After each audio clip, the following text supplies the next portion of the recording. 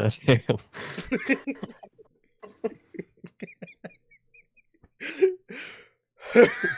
Well, This God damn it. this guy, this guy, man. Man. So, Damn it. man, this guy's already fucking on one, man. He already's on one, man. We're what is this? 13 minutes into the broadcast. What are we doing here, bro?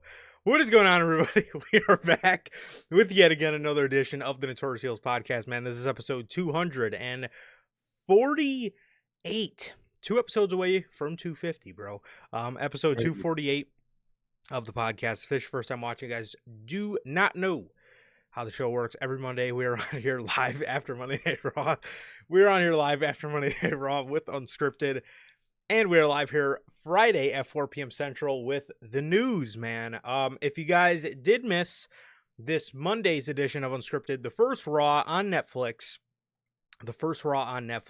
you guys can now watch that on all platforms. That is Anchor, Spotify, Google Podcasts, Apple Podcasts, and if you want to see it first, join us right here live every Monday after Monday Night Raw on YouTube. Yes, on YouTube, man. So, if you guys have missed also Wednesday's edition of the Notorious Heels year-end award show, you guys can now watch this as well on all platforms. That is Anchor, Spotify, Google Podcasts, Apple Podcasts, and if you want to see it first, join us right here live. Or if you guys want to see it first, you guys could watch it on YouTube, but it is available for you guys on all platforms live for you guys. Now, the 2024 year-end awards, man, it was a ton of fun. Jesus, it was a ton of fun, and it was a ton of fun, man. And I know I had a lot of fun. I know Sir K had a lot of fun, and I hope you guys had a lot of fun as well. We went over our winners, that being me and Sir K, and we went over the winner of the fan vote. So this was a ton of fun this year. It's fun every year, but this time, man, your guys' inclusion just brought a whole different energy to the show, and just made it so much more enjoyable than it already is. Because you guys know I say it every year. It's always one of my favorite episodes that we do. It's always one of my favorite episodes that we do and produce is the year-end awards, man. And this year, man, with the inclusion of you guys, it was so much fun. So thank you guys truly to everybody who did participate in the year-end awards this year, man. You guys have spoken, your winners have been decided, and you guys did a pretty good job, man. I think there might have been one questionable, maybe two questionable ones in there, but that's okay. That's okay, because there's no wrong answers. But you guys did an amazing job, and thank you guys for voting, and I can't wait to see what you guys vote next year, man. So also, if you guys have not got a chance to get your hands on some of the official NHP merchandise, you guys can now find this live on the merch shop. That is bonfire.com. Link is at the top of the description of this very video. Good lord, bro. Fuck. It is at the top of the link of this, or the link is at the top of the description of this very video, man, where you can get this beautiful, beautiful piece of NHP merchandise to commemorate the rebrand of the podcast. Again, live on bonfire.com, man. So, if this is your first time watching, you guys do not know who we are here at NHP. I am Johnny, one half of the host of this very show, and as for the other half, we got my man Sir K here. How the hell are you going, bro? Or how the hell are you doing, bro? I'm doing good, man. I'm doing good. Just been chilling out, man. It was a good year end. Thank you, Bill. Please get a grip already, man. Please. But I'm doing good, man. I'm doing good. Just been chilling, man. Just been chilling. Good, great year end awards. Love seeing everybody's vote. Like you said, maybe not agreed with some. There's no wrong answered. Unless that one dude that voted Death Riders for faction. Other than that, no wrong answers. Yeah. And when someone Damn. did vote that somehow. Yeah, somebody did vote that, yeah. There was one But vote. There was one singular vote for the Death Riders. the Death Riders, good lord. But overall, good week, man. Great shows this week, and we're back here with another one, man. So I'm excited. It's been a good day, and it's been good, man. It's been good. Like Durante always asks, how's life? How's the family? Life's good. Family's good. How's everybody doing in the live chat? How's everyone doing watching the replay? What about you, bro? How are you doing? I am doing good. I am doing good. Um, oh God. Okay. I'm trying, Bill. I'm trying. I'm doing very good, bro. I'm doing very good. Obviously, we did year-end awards 2 days ago. He's still laughing. What are you laughing about? Ah, good lord. Hmm. You know, this guy manages to this guy Me. manages this guy Me. manages to always do something stupid before we go on here. I did something stupid. Okay. He- Okay. yes, We'll yes. see about that one. Yeah, he did, bro. He did. But regardless, we did year-end awards a couple days ago, man. So obviously in a great mood coming out of that, and it's always just so much fun. I sound like a broken record. I know I said it during the year-end award show. It's always great. We also that day did gain a new we gained a new NHP community reach um Manager. head of community, yeah, that manager of community reach, man. And she's here in chat today. One of my absolute least favorites to see in chat, Belle. So shout out Belle. Belle is the community outreach for the Notorious Heels podcast, and she's also the main spokesperson for the fan vote, man. So it was a ton of fun. It was a ton of fun, man, and I can't wait to do it again next year, bro. But good lord, as the stories come out, I know we had the Elite Takeover as a story. I want to say that was in Letdown of the Year, the Elite AEW Takeover. And the reason that got shot in the foot, we have today. And we're obviously going to go over that soon. We're going to be going over the AEW stories first.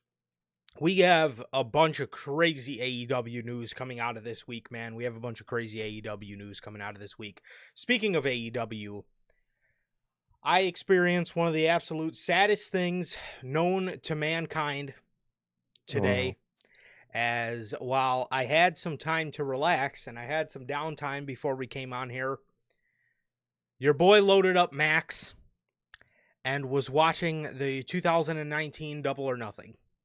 And good lord, Don't is agree. that one of the fucking saddest things that I could have absolutely done. That right there was probably worse than a fucking funeral, because the amount of just full capacity crowds, the amount of full capacity crowds that are archived on Max, as well as just the hype behind the product, and just the level of excitement behind everything, man.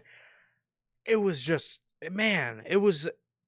Now I will say, I honestly think good product blinded us so hard from Excalibur, because I swear I don't remember him being that bad up until maybe about 2.5 years ago.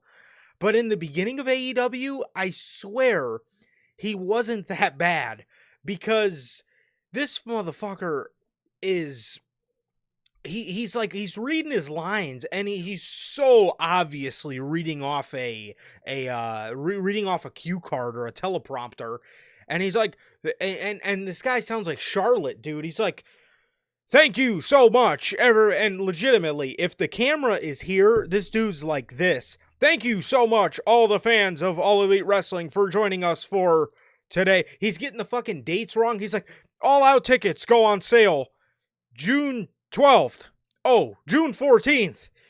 And, June 4th. Oh, God. and I'm sitting there, I'm like, man, I knew this dude was ass, but I could have swore he wasn't. I mean, he was never, ever, ever my favorite by any means, but I swear in the beginning he wasn't that bad, but he was almost worse, which is crazy, because he's fucking bad now, man. But I don't know, but just a little story I thought I'd share with you guys, man, is I did watch myself some 2019 AEW, and fuck, I miss it, man. God damn. Oh, dude, I did. I miss that shit so much, dude. It's night and day, dude. I cannot wait for Monday because that Dynamite was so bad. Oh man, And you go back and you watch an old thing, it's the worst feeling ever of comparison.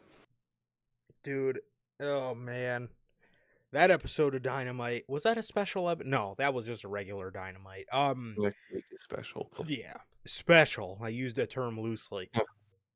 Man, dude, uh, I man, I don't even know what to fucking say. I don't even know, dude. AEW, man. I mean, we'll get to it on Monday, bro. Speaking of Monday, we do have some new backdrop concepts for Unscripted. Same concept, just a little spunk, I guess, for each show. So I'm excited to Hmm. share that with you guys, man. And I think you guys seen a little bit of it on Monday with Raw, but man, I mean, just. Yeah, I mean you're not fucking lying, dude. What a horrible show that was. But Oh, speaking of horrible, so bad. oh god. Yeah, speaking of horrible, we're obviously going to start you guys off with some AEW news, and we're going to start you guys off with one of the biggest stories obviously coming out of this week. You see it on the thumbnail. Malakai Black. Yikes. Oh man. Yikes, dude. Malakai Black. Okay, so first of all, coming out of Dynamite, where Will Ospreay gave this random, weird promo where he's telling Buddy Matthews, hey, if you need a friend, I'm your guy, and you don't need to be behind a leader, just throwing mad shade at Malakai Black. I was under the assumption, oh, are they gonna fucking do Malakai Black versus Will Ospreay at Grand Slam Australia? Okay, I can get down with Experience. that. Yeah, I can get down with that. I don't know what you were thinking in the moment. Actually, I'm curious to know. Off after the promo, what was going through your head? I'm not gonna lie. I wasn't watching Dynamite at that point because I forgot Dynamite was on. It wasn't until you guys in the group chat started texting about it that I remembered, oh shit, Dynamite's on, You and I know pulled up the show. that is fair, bro. Because I'm not gonna lie.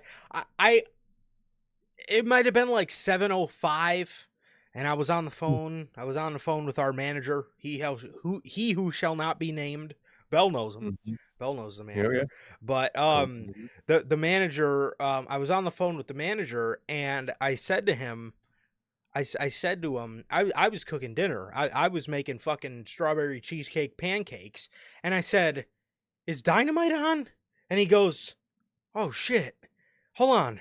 Oh, it is on. And I was like, all right, man. Well, I guess I'll have to let you go. I did. I only missed like the first. I don't know. They weren't wrestling for that long that I missed. But yeah, Yeah. it was like 7:05, maybe 7:07 ish, and I was like, oh shit, is Uh, Dynamite on? And yeah, so it wasn't until I you don't. guys started texting about that shit at like 7:20 that I was like, ah, fuck. Let me fucking load up Max. Yeah. And I will say, Max, visually, in terms of the camera quality, looks a lot better than cable. That's the only difference between it and cable. Um. So it actually I do got to give them props for that. The Max stream did look a hell of a lot better than cable It did. did. It looks really crisp visually. Now, it's still AEW, but it looks very crisp visually. If only AEW can sound that good. That's my dream. That'd be nice.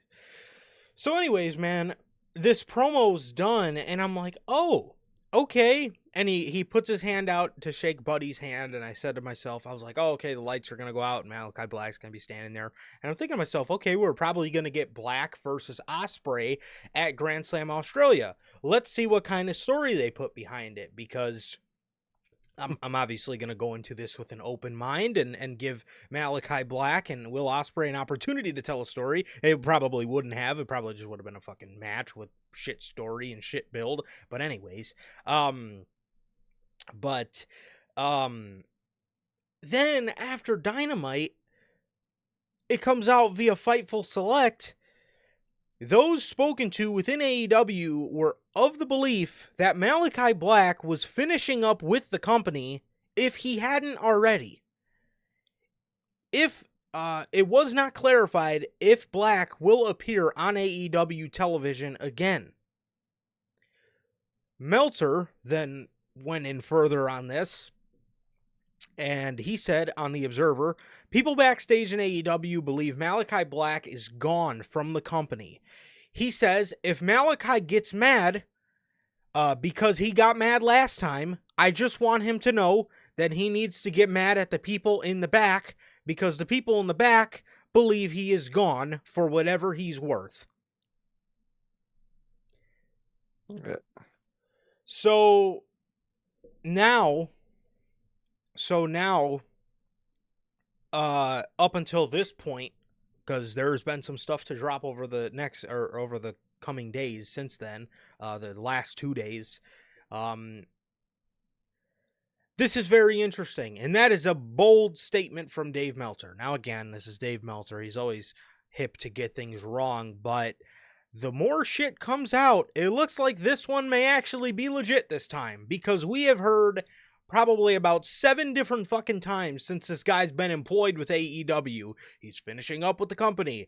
Then Black comes out and says, don't listen to the dirt sheets.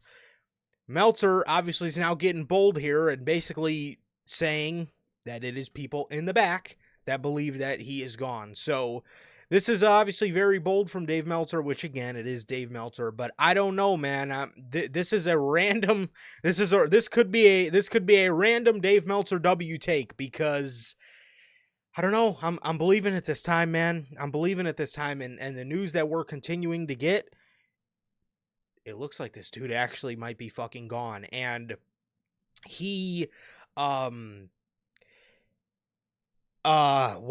I mean, do you have anything to say, or do you want me to continue reading out the rest of these stories?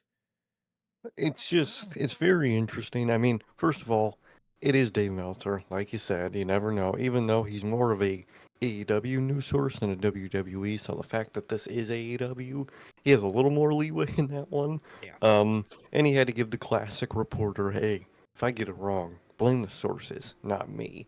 So he had to throw that in there, man. But I don't know, the vibe this time, I think this is the most believable time of, the rumors of him leaving has become. Definitely. Definitely, man. And also, too, normally he is quickly Like, Malakai is quickly to debunk things. I remember when this came out in 2022, I remember we were at that All Out show, the Brawl Out show, mhm.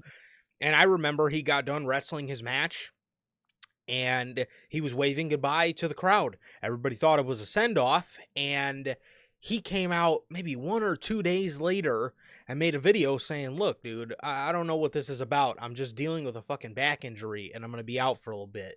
So he hasn't come out and said anything. I believe Julia Hart said something about did an interview and was saying, I wish him the best and what's next for him. And so it's interesting, man. It's interesting. And again, typically with Malakai Black, me and you both, as well as you guys here in chat, have always been very quick to say, we'll believe it when we see it, because, we hear about this guy leaving this company, almost every couple of months, but it looks like this is actually legit this time. And PW Insider, further went in on this, and they said, according to several sources, Malakai Black is believed to be leaving AEW and is expected to be a free agent sometime in the area of February or March.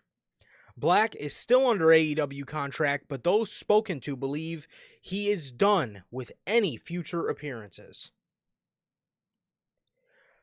I will say, another thing that makes this very reputable is what we've seen on Dynamite, dude. This guy didn't even get any sort of send-off. This guy didn't even get to put his group over, have his group, out or something, yeah, nothing. nothing. Have somebody fucking take him out, have nothing happened. This dude literally in a Will Ospreay promo to Buddy Matthews was just told, hey man, you should be on your own. You don't need a leader.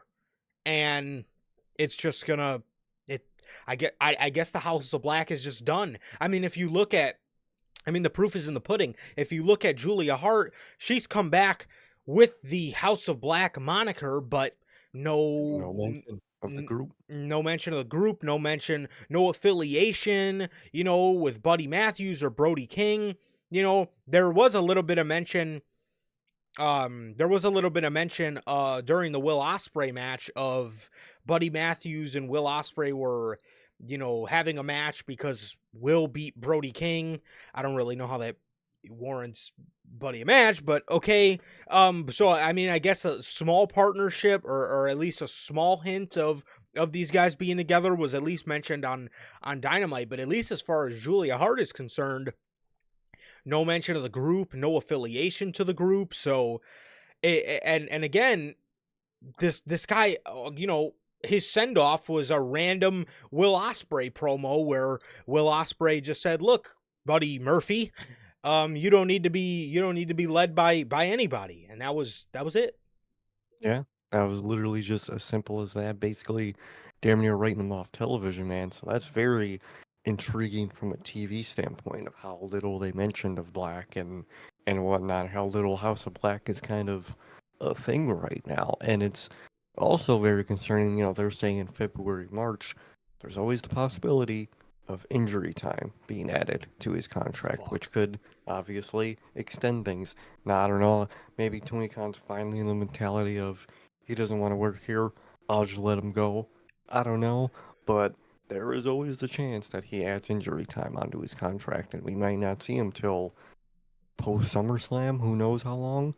He Well, was out throughout his AEW contract. the thing that's got me wondering is if this is an option, I wonder if Tony can add time to the option or if he can't add time to the option. I wonder if he can only add time to the end of the deal if he picks up his option. But I would. it's going to be interesting to see for sure. It's very interesting to see how all this will go down. I think overall it is true. I think he's about to be gone, but it's also the matter of fact of, time added on. How is that going to work? All the side details about it I think are the ones up in the air right now. Definitely, bro. Definitely. And with that, I think I know the answer to this question, and I'm going to ask you guys as well in chat. Where is Malachi Black going if he is done with AEW? Going straight to fucking Triple H, baby. Let's go. Aleister Yeah, Black is back. I was going to say, I don't think the name Malachi will be said much after this at all. I think we are going back to the initials AB, like this guy over here. But yes, I think we're going back to, like I said, the AB initials. I think we are going back to Aleister Black. I don't think Malachi Black will be seen or heard from again. Well, I mean, he already hasn't been seen or heard from again, but once he makes that WWE debut, he's going right fucking back to Aleister Black, and that's where I predict him to go. But I think so. yeah, I mean, pretty easy question to answer, but yeah, I think he's going right back to WWE. But yeah, I mean, now that we can retrospectively look back from 2021 to 2025, dude, 4 fucking years, this guy Nothing. was done so wrong. It's hard for me to think of, actually, not really. Tony Khan's made it very easy for me to think of people that have been wronged just as bad as he has. But he's one of the names for sure that sticks out. And I think amongst a lot of people, he's one of the names that sticks out of, how did you fuck that up? I mean, you brought Malachi Black into the company, and I remember everybody in the company was gassing it up of like, do you remember around that time when they were like, Malachi got brought in, and then everybody that worked for the company in a higher position was going out and saying, yeah, Malachi Mm-hmm. Black, he's going to be an example. We're not bringing people in just to bring people in. We're bringing people in to be top main event talent. The fact that dude did not fucking hold a lick, not a lick of singles gold is just the fact that he wasn't world champion is already crazy enough, but the fact he didn't even hold an international title, you didn't put him in a Continental Classic, he didn't hold the fucking TNT title, nothing. He did nothing in this Nothing. run in AEW. Not a fucking Well, thing. He won the trios titles and that was it. did Nothing. nothing with it. Literally nothing with that man. They had a bunch of house rules matches that nobody remembers. I'm sure they were great matches, but nobody remembers them, and nobody remembers a lick of anything he did in AEW. And this dude is a fucking star, and you Yep. did him like that. Insane work, dude. You have one of the best singles guys you could ever have in the modern era, and you don't use him in the slightest. You keep him as like the third wheel in a fucking trios. That is insane work to do. You know, Bell, I have brought up a little bit too of Bell says to save his wife's mentor, Rey Mysterio, from the New Day. She says, I'm not saying that's happening, by the way. Just kind of interesting how Penta was supposed to be Ray's partner and now he isn't. I think that's interesting. That is very interesting. But I brought up a while ago, whenever the House of Black makes their way to WWE, because you know they are, Hmm. whenever they make their way over there, the last time we seen Aleister Black, he started a feud with Big E and then got fired as the Dark Father. And I'm just saying, when the New Day story is done and when those guys wrap it up and are all eventually back together as a trio, New Day Well, versus House of Black will feed families. literally. Oh, it will be fucking incredible, dude. And I think that's very well what we could get. I think that's how they could bring them in. My only concern is that obviously Buddy will be coming in. He's with Rhea Ripley. I could see them adding Rhea to the group. And usually wherever Rhea goes, fucking bronchitis man usually follows. Oh, hell So no. that would be my concern with That's a that group. big concern, yeah. It is a big concern, but I definitely see some variation of that. I think he's going to come in by himself at first, obviously. Then eventually, the rest of the House of Black will follow, and I think they'll be reunited. I think so too, but then again, too, would they add Rhea Ripley, who is sort of a maid? I mean, not sort of. She is a maid star. Would they add Rhea Ripley to another faction? Do you see, or maybe they do some sort of House of Black versus Judgment Day reuniting? You know, years They down the could. line. They maybe could. I wouldn't be shocked with that one. I mean, back when WWE, back when Edge had control of Judgment Day, people used to call the Judgment Day the knockoff House of Black. They So, did call him House of and then Black. as years went on, House of Black was a Oh, defunded Judgment Day. I don't even literally, want to say knockoff, just defunded. They were in front of no crowd with no investment and no, stuck on Saturdays with nobody no, watching. literally. Um, Christopher in chat says Julio will stay in AEW. I could see that. I could I see it. One of the ones that's actually been treated well from the start. initially I would have said Brody would stay in AEW, but after the year they've presented him in 2024 where this dude is a fucking L machine, what do they call the House of L's? I hear people calling the House Oh, of Black. And Brody King is the king of L's because oh, he, out of anybody in the group, this fucking guy, dude, for as big as he is, you would fucking think you would want to present him as a monster in the company, something of like a Bronson Reed, and all he fucking does is lose. that's bro. That's how Tony Khan treats his big guys. Fucking Lance Archer, Yep. Brian Cage, Brody Wardlow. King, fuck Wardlow, fucking Will Hobbs. He does not like to see big guys win matches. He hates it. They don't win. None of them ever win anything. Uh, uh, Literally, no. It's a whole list of them. There's fucking Yeah, Lance Loser, yeah. fucking Royd Rage Cage. All of them, they're all losers. Do you remember when Lance and Brian Cage came in too? Those guys had a Yeah, bunch of hype around him, and he there's a fucking bunch of hype. instantly killed it. There was so much hype and momentum behind both of those guys, and Yeah. now there's nothing, Lance Ar- nothing behind.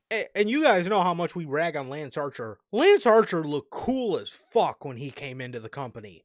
This That man just had momentum. badass biker just walking through the fucking crowd with Jake the Snake, and everybody's like, "Who the fuck is that? I want to know who that is." And he's fucking fantastic. And He's great at they his do him job, like that. and he's literally Lance Loser, the original fucking main event jobber in AEW. It's insane. Insane how they treat big guys. He really is the fucking OG. He he, he really Dude, fucking is, dude. from the beginning, he would just be the guy that would get the world title match to make the world champion look good and lose. I, I want to see it. I want to see someone prove the statistic. I would have to do I feel like every AEW world champion has beaten Lance Archer while they were AEW world champ. I'm sure. I'm sure.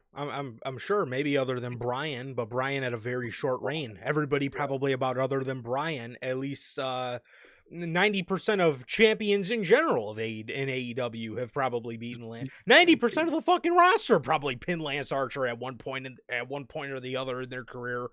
But Literally.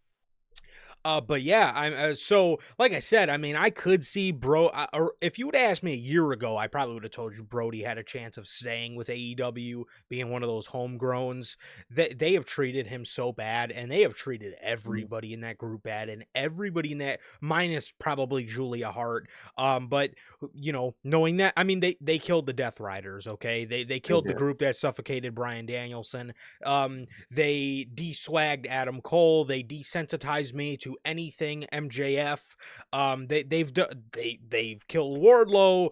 They have I mean Literally the list is so Christian Cage. They killed all of his hype overall, dude. It's just Sir K's favorite line. They de-swagged Adam Cole. They bro. fucking I mean the list literally goes on, man. So I mean, who's to say they don't eventually kill Julia Hart over time, and then she wants to go? They fucking killed Jamie Hayter. They killed Yep, Mercedes Moné. I mean, they what the fucking fuck? had all the momentum of Mariah May, didn't do nothing with it. Oh They had yeah, a really laundry list of damn near every champion at some point got fucked. Hangman, they're fucking up right now. Dude, nobody is safe. Nobody. how you killed Adam Page coming out of All Out after he fucking stabbed Swerve Strickland? He poked bro with a needle, and It's you just killed it. insane work. You killed it. You literally killed it. You killed a group that suffocated Bryan Danielson. You killed that group.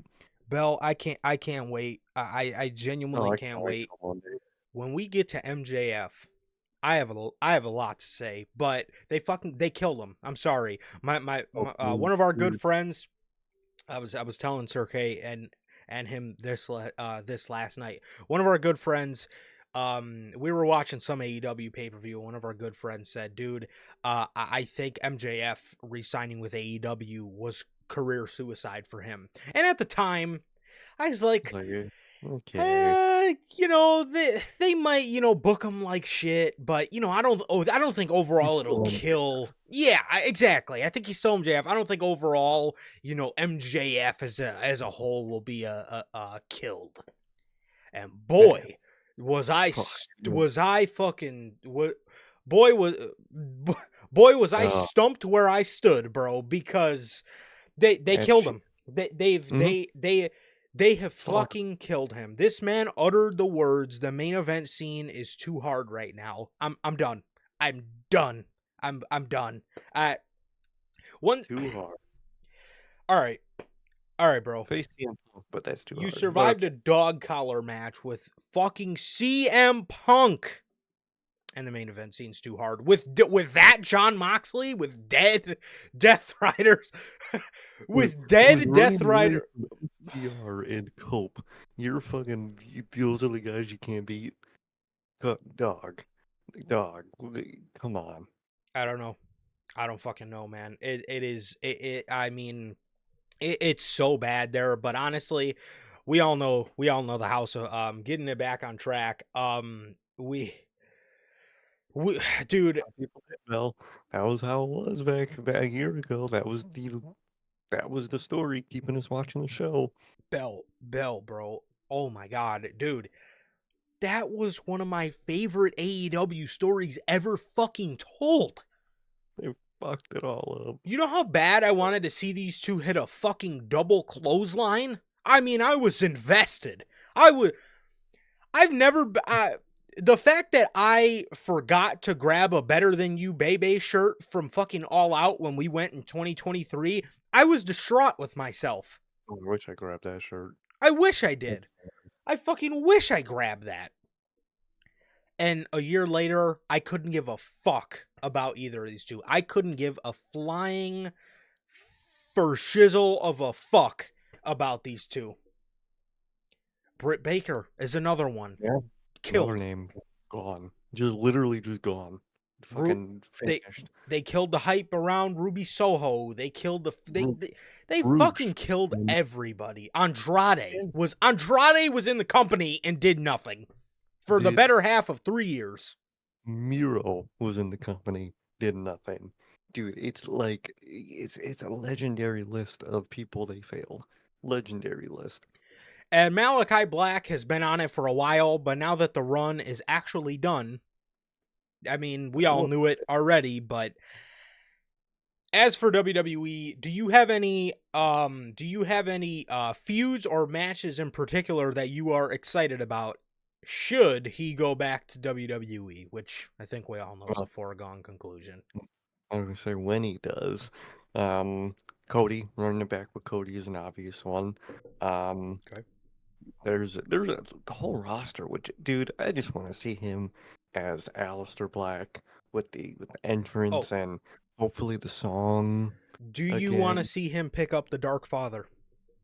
Personally, yes, I thought that was an amazing character. I love the vibe of like the book and the dragon he would talk about, and I genuinely it was so interesting. I would love for him to pick that back up. Obviously, you can't basically just be like, "Yo, this is chapter number 5, left off on number 4 5 years ago." But like keeping that overall character and returning to it, I would actually be very excited to see. I loved that character and was so devastated when they fired him in the middle of it. So I would actually really like to see him return to that character. What about you? I would love to see him return to that character. This is Malachi Black. He's super creative, almost like a Bray Wyatt Mhm. type of just creativity. So I think he's going to want to do something fresh.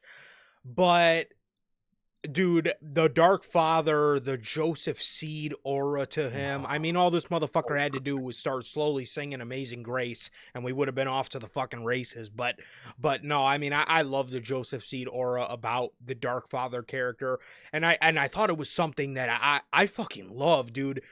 When it would start off and it would be quiet, and then like the music would slowly get more sinister as he got more sinister. It was fucking tremendous. And if they wanted to redo that, then I would love that. I would love that. But overall, man, I think he'll do something fresh. I could be wrong. I feel I'm not. like you will. Maybe he goes back to that NXT sort of gimmick, but then again, I mean, the Dark Father. That was money. That's a It, whole lot of money you yes, could repackage and repurpose. Again, doesn't mean you have to pick up exactly where you left off. That's kind of that would be kind of crazy. Pick it up 5 years later or whatever. But he can make just a chapter of the book about AEW. yeah, maybe that was a whole chapter of his stint, a lesson he learned, and he's here He to was fucking snorting coke, and he booked me like shit. dude, fucking go.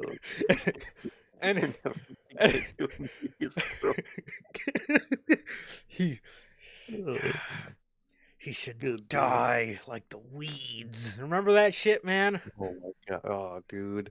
The way he would like just grit his teeth and just be, oh, dude, this He shit had was me on fire. fucking rampage. Oh god damn it! Collision Saturdays. No viewers, He fucking no fans. hated me because I was friends with CM Punk. Oh, It wasn't even friends. I just liked the guy, and I got buried for it. He's still burying my group. God damn it. And then I he wish they closes could. the book. There's only one thing left for them to do, and it just shows the illustration of like a goat getting punched. Oh my god, dude. They gotta do it. Um, I would love to see him pick it up. Do I think he will? Probably not. I think, he's creative. He's going to come up with something, new. As for feuds, Cody, I would love to see him feud with I would love to see him take that main event type Damian Priest role. I would love to I see would. Triple H make Damian Priest a mid Swap Carter and Mhm. so put Aleister Black in that main event scene. No, but I would love to see him feud with Cody. I would love to see him feud with Jey Uso. I think would be a cool, just because they're polar opposites. I That would think be that would be cool. A guy like Sami Zayn, I think, would be great. Drew that's McIntyre, the obviously. goal, yeah. Rollins. Have we ever properly seen Aleister Black versus Seth Rollins? I thought we did. We Isn't might that who have. got his eye? That was when, no, because that was when Buddy was a disciple. I don't think Buddy was Okay. with him yet. Yeah, I think that's when Aleister Black was still stuck in the closet, asking for people to knock on his fucking door. Okay. Yeah, he was in a fucking storage room for like fucking 2 months. Oh man. It was. There, I do not remember that. It was like 2019, dude. I yeah, remember 2019 WWE is just that's a yeah. tad. Um, And I thought they mixed it up at some They point. might have. They very well might have. But anyways, man, if you're talking just Matt, two of the one of the other ones I was saving till last because I would get really excited thinking about this one. The first one is Gunther. I think Oh, Gunther and him would be a tremendous match. And I'm interested to see what they could come up with story wise. The second match I would fucking be thrilled with. Ilya fucking Dragunov, bro. Dude, Dragunov and Malakai Black, I need it. stop playing, Inject bro. it. Yeah, it's Inject that fucking needle into my veins. man. But I could honestly see him being a post WrestleMania, Debut. Raw after WrestleMania debut. I could see it. I could see that big return being then. Definitely. That would be insane. I don't know how ballsy WWE would be with this, but they do have. Let's see. I know I have Um, it still. okay. Okay, here we go. There's that list of international Raws. Oh yeah, is there one in what's it The one in the Netherlands is a live event. Oh Well, damn it. there's Okay. Belgium, Scotland, and London. So Hmm. Belgium, Scott. I don't know if they would be. I was gonna say I thought there was one in the Netherlands, but that's a live event. Maybe they want him Uh, back for those shows, so maybe they bring him back yeah. before then. But overall, I could see him being a Raw after WrestleMania debut or a SmackDown after WrestleMania debut. Man, just seeing him in WWE production again. Do not give him a Death Rebel song. Let him pick, Code Orange, Incendiary, whoever wants to do his song. Let him do that. And dude, just seeing how his entrance is gonna be, and I feel like he might mix like elements from his AEW and old NXT entrance. I think that'll be really cool. And just dude, seeing him in that production again is just gonna be incredible. I'm also. I was never a big fan of this. I want to know what you guys think. I was never a big fan of the face paint. I Oh, always liked how he looked in NXT. He was more humanized, and it just man. felt less. It felt less, I guess, spooky. I'll say I would save the space paint for like an occasional pay-per-view. Yeah, Do it like twice a year, maybe. Do it on a pay-per-view or like a really special episode of Raw, maybe. But don't make it your normal. And I get he kept the consistency with the whole eye thing and like the whole like face paint around the eye. Just wear like a fake white eye or something. I'm really done with like the whole blackness around the eye and all that. I think it'll be just a much simpler look if he kind of healed that in terms of in character. yeah. I mean, he's going back home. All is healed now. You're back Oh, with Triple H, and plus too, the Yeah, you're out of AEW. There's no more bruises or scars you need to. You're healed, my man. You are back with The doctors. yes, you are back with Papa Mark, and he is he's gonna do you well. And two, everybody wants to forget that feud, bro. Everybody wants to forget Seth Rollins shoving people's fucking eyeballs into the steel stairs. Oh my god, when they use that one on Rey Mysterio, that shitty fake, that shit was so bad, dude. Seth, stop! Seth, stop! This Crazy. whole Oh man, but Bell, I would actually like to see that. Bell mentioned she would like to see Logan Paul. yes, I think that'd be like a cool lesson for Logan Paul in terms of a feud. I think that'd be a really good one, actually. yeah. I would love that. I would love that because Aleister Black was very serious, and I think Logan Paul trying to like fuck with him. If only Uh, Matt Riddle was still in here, dude. Matt Riddle and fucking Aleister Black would have went hard. that would have went very hard. Yes, that would have been amazing. But yeah, man, Malakai is gone, and thank you for hanging out with us for an hour while we marked out about Malakai Black coming back to WWE or I Aleister cannot Black wait. coming back to WWE. I cannot wait. Speaking of Oh, AEW, man, Tony Khan.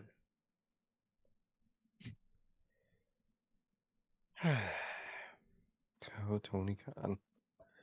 According to Wade Keller of PW Torch, Tony Khan dropped the Elite Takeover storyline because he did not even. Oh, God. He did not want to give off the image, even in a scripted storyline. He did not want to give off the image of anybody else running the show, which is why he was back in 3 weeks, and which is why they dropped the whole takeover part of the storyline. That was the whole story. What is the Death Riders without the takeover story? That, that's what they assembled to do, and you take that, and now they're just a group, just running around being assholes. There's nothing behind it. How do you just take the key point? Oh yeah, man, we're doing a Cody story, but we're taking out all the previous events, so he won't bring up last year's Mania at all. Like, what? You can't just take the whole fucking plot to the story away. And literally, that is the most psycho ass egotistical shit you can fucking spew. I don't want people thinking that this isn't me, even though they know it's me because they know I'm the head booker of the company. But even there is the slightest chance that they think something's not me, I can't have that. And first of all, okay, you have an ego. If your shit's doing good, you might want people to know you're doing good. Dude, it's not doing good I anyway. was going to Yeah, this is my garbage. You know, it's I get this. This is my dog shit. This is mine. Bro, what? Why would you want to take ownership of this shit anyway? It sucks. But you're so egotistical that a story can exist that implies someone else is in charge. That is, I don't even think Vince did that shit. Vince had the authority. Vince's whole I thing on TV was like, that's not me on TV. That's like the whole authority. Like, even even that psycho fuck wasn't that egotistical when it came to television like that. That is crazy work. I was just gonna say that, dude. Even for as egotistical as Vince fucking McMahon is, even this fucking guy, had on air, had on air authority figures, bro. Even this dude had on air authority figures, man. I mean, Tony Khan, and like Sir K was saying, if the product was great and you want people to, hey, it's me booking the show. Okay. When the product Right? was great, this dude wasn't an on-air authority. It wasn't in an on-air role at all. And now the product is shit, and now you want to take credit for it. That's fucking ass fucking backwards, bro. And okay, so what you're telling me is you jeopardize your biggest fucking storyline at the time, the Elite storyline, the Elite taking over the company, the Young Bucks. You sabotage the Young Bucks' career because you can't fucking get over yourself. You can't get over the fact that you, and we always bring up the jokes of like him not being able to get over himself. Like if you look at every press release AEW puts out, the bottom of it, head of creative, booker, CEO, founder of the company. Dude, get over yourself. I mean, Like, bro, how stupid. You sabotaged a storyline on television, which actively made television worse because we brought it up during the summer all the time. The Elite win Blood and Guts, and the next week they're telling the Acclaimed, yeah, man, we might be able to get you guys title shots, but we got to see how much pull we have around here. What the fuck? You guys just won Anarchy in the Arena. Not Blood and Guts. I said Blood and Guts earlier. Anarchy in the Arena. You guys just fucking won Anarchy in the Arena, which should have granted you control of the company because you fucking beat Team AEW, which was fighting in defense of Tony Khan. And Tony Khan's back, and he brings Christopher Daniels with him to run the show, and he's on television fucking 3 weeks later. And we seen you do it again in the year with the Death Riders. So my question to you, why would you even greenlight another takeover storyline if you know you're fucking too insecure for whatever fucking reason? You're too insecure to hold a takeover storyline because you think people are going to think it's not you booking the show? Tony, if I was you, the state that show's in, I would be running to fucking dump this off on somebody else. Hey, man, I'm still booking the show, but we're gonna act like you are. This shit's so ass, dude. Hey RJ, you're good. You're the head writer to this, right? No, yeah, you are. I'm putting your name. We're doing, how WWE does the produce by. I'm putting your name at the end of Dynamite every week, buddy. So good luck. But like, why would you do it again? And let alone with the Death Riders aspect, you write in an aspect of there's someone else behind the Yep. group that wants to take over, and you just drop it. Why would you do it in the first place if you knew you didn't want that to happen? What what was the original? First of all, I would love to hear the original fucking conclusion and goal behind the Death Rider stuff because I feel like there was something there. I feel like based off the rumors, sorry to cut you off, but based off the rumors, everybody was right. It was based off the rumors we've heard, it was supposed to be Shane McMahon. But again, this is just rumors that I've seen it and heard from people. The rumors is that it was Shane McMahon, and Tony Khan did not want Shane to come in and in a takeover role because he didn't want to give off the image that Shane McMahon was running the company, even though it still would have been Tony Khan. that dude, especially with Tony Khan's fucking prime fans, dude, they know you're their god. What are you talking about? You don't want, they already know that you book the show every fucking week. Generational Dynamite from Tony Khan. Tony Khan is a generational graphic. Well, whatever. Your fucking dork ass hardcore audience knows it's you. So, and you play to them. You don't play to anybody else. Fucking problem number one. You play to them, and then your ego is still so crazy that you know damn well that they know that you run the show. You still can't have it. That's insane. That's insane ego work, bro. Actively fucking killed a storyline. Killed storylines Multiple. in the same year. The same year. Back to back. Literally back to back. It was the Elite story was literally fucking On its Indiana deathbed. Jones swapped out Yep. with the fucking Death Rider story, and it's still that bad. And you still did the same thing to the same type of story. That is insane work, dude. And like Sir K said, man, you actively greenlit an Mm-hmm. aspect of the Death Rider story. Something's going on. There's a higher power. There's somebody else. We all remember it was intriguing. Everybody was like, "What the fuck's gonna happen with the Death Riders? Who's gonna fucking come in with the Death Riders?" And then everybody was like, "Oh, everybody in the group." This was before Yuta was in the group. Everybody in the group's ex WWE. Who could be behind this? Shane. You didn't want to do that. And again, based off the rumors that I've seen and heard, it was supposed to be Shane McMahon.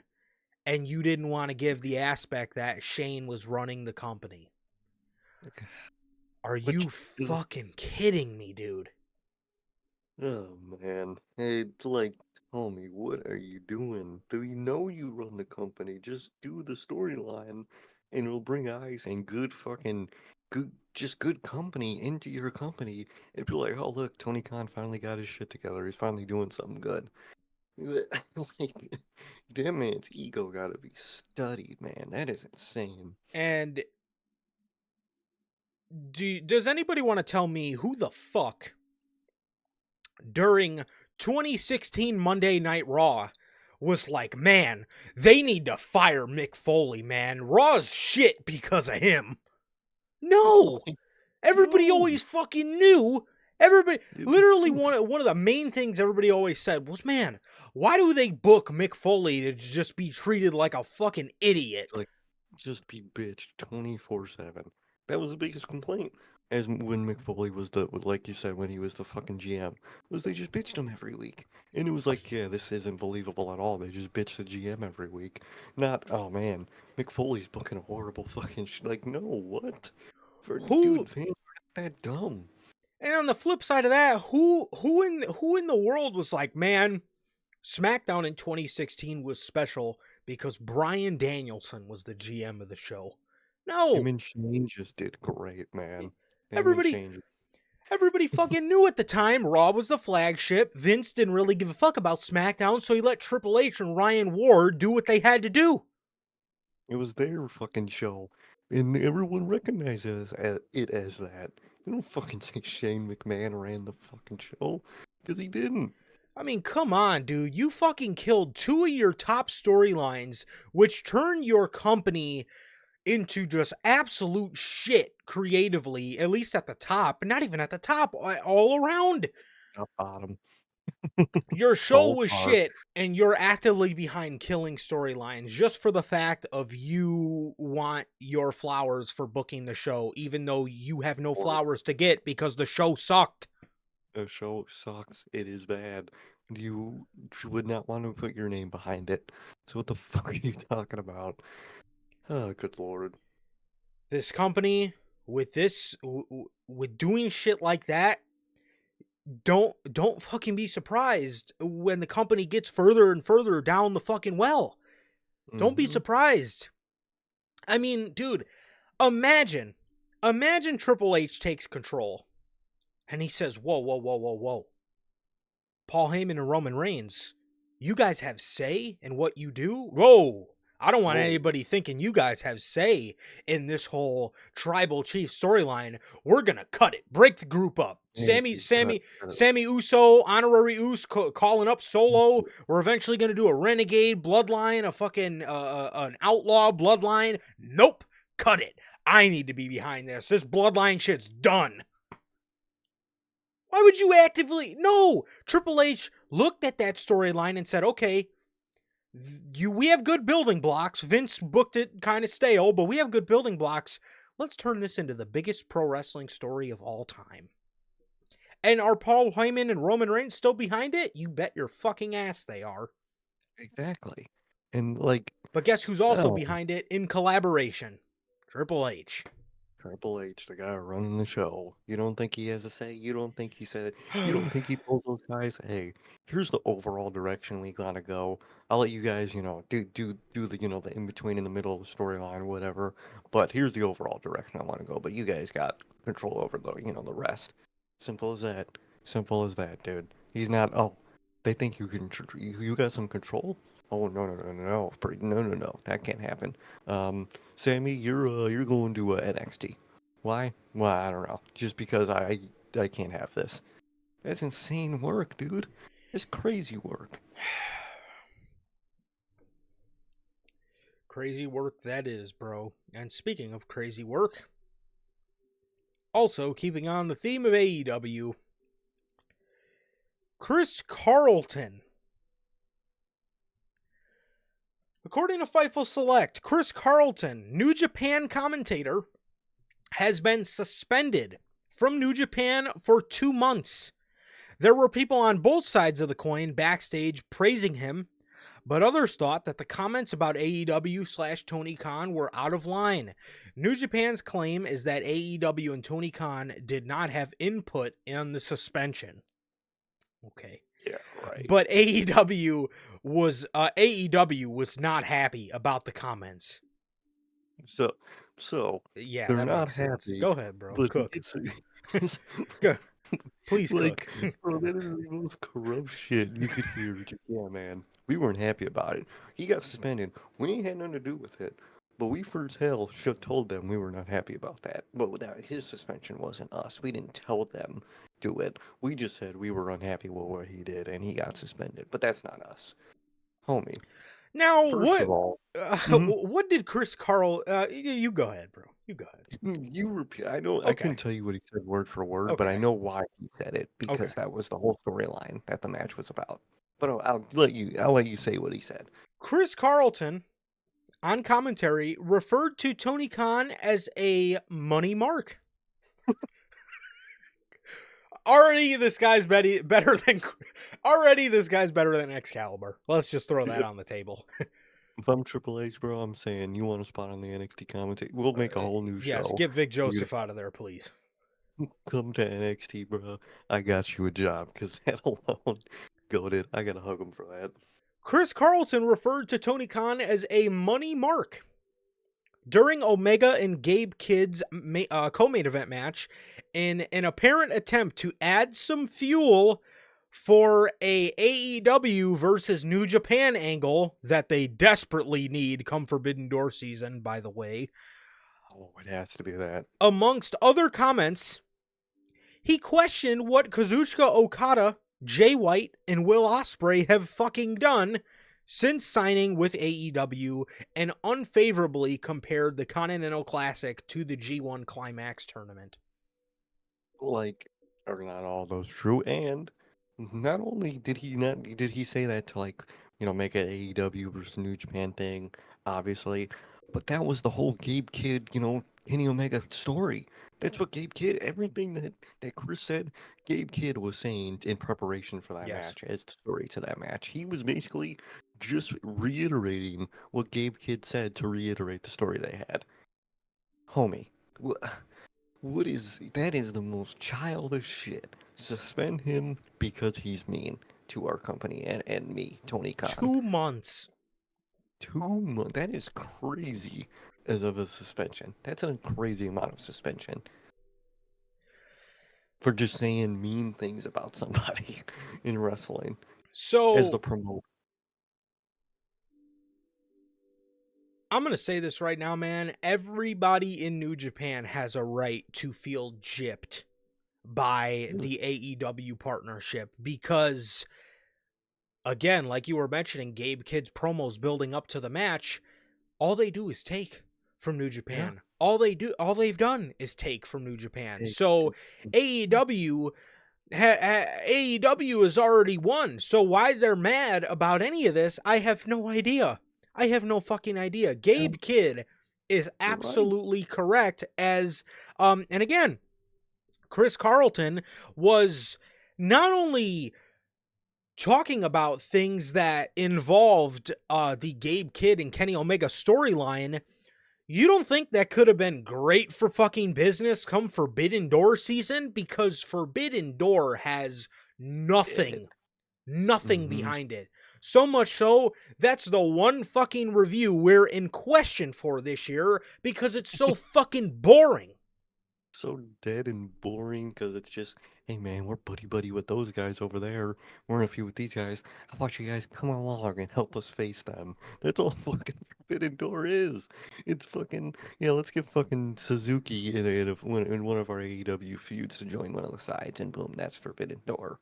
No, the whole point should be company versus company. That's what you need this year. That's what they're trying to build up to, and Tony Khan's ego, that can't happen, dude. And that's just insane fucking work from Tony Khan. Because Yes. all they did is take, dude, 2017, 18, and 19, New Japan was moving. They were number two in terms of like the wrestling spear, in terms of they were moving like crazy.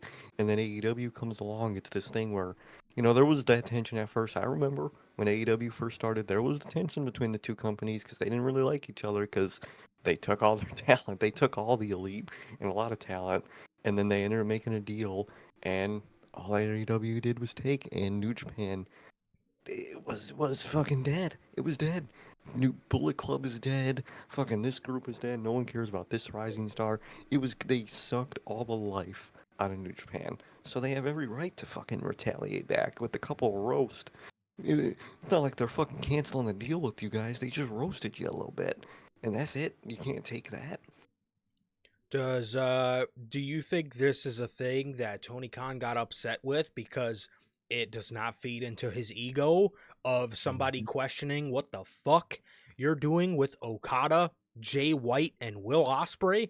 I mean, Will Ospreay he's done a lot with Will, but Jay White and Okada, what the fuck have you done with them? Nothing. You put Jay White in a discount weird Bullet Club, and then did nothing with him. Made him a catchphrase loser. And for Okada, you stuck a title on him that never did anything with it, and just have him come on, fucking Dynamite, say his fucking bitch joke, and leave. That's all you did with either of those two. Okada has to wait another 7 months because we have to wait till fucking July to get a match with Kenny Omega, which Okada was a part of the group that took Kenny Omega out and should be one of the first people Omega was feuding with. Mm-hmm. We have to wait 7 months for that match. 7 goddamn months. That's insane. 7 months, we're gonna sit around and act like we don't know each other for about 5 or 6 of them, and then about three Literally. weeks before the pay-per-view, it's gonna be a blood feud. So Chris Carlton referring to Tony Khan as a money mark. Is he wrong? Is he He's fucking not wrong at wrong? all. You literally use your money to mark out and grab all their top stars. You literally So tried to bad. use your money to keep the Lucha Bros, and it didn't work. Yeah. Too They're a money bad. mark. He literally is a money mark. He's literally that. This guy got suspended for 2 months for no fucking reason. For absolutely no reason. And they suspended him. You know damn well everybody in Japan is feeling that. If anything, he just got Yeah, scapegoated. You think yeah, Gabe Kidd was just playing around when he said all no, that stuff? No, there's truth it to is that. a lot of truth. I would be angry too. You fucked our whole shit up, dude. Of course I'd be mad. The fuck? It's ridiculous, bro. It's fucking ridiculous. But this guy got wrongfully suspended, in my honest opinion. He said nothing but a little bit of truths, and he said nothing but a little bit of truths, and he gets suspended because Tony is exactly that, a money mark. Yep, a money ego mark.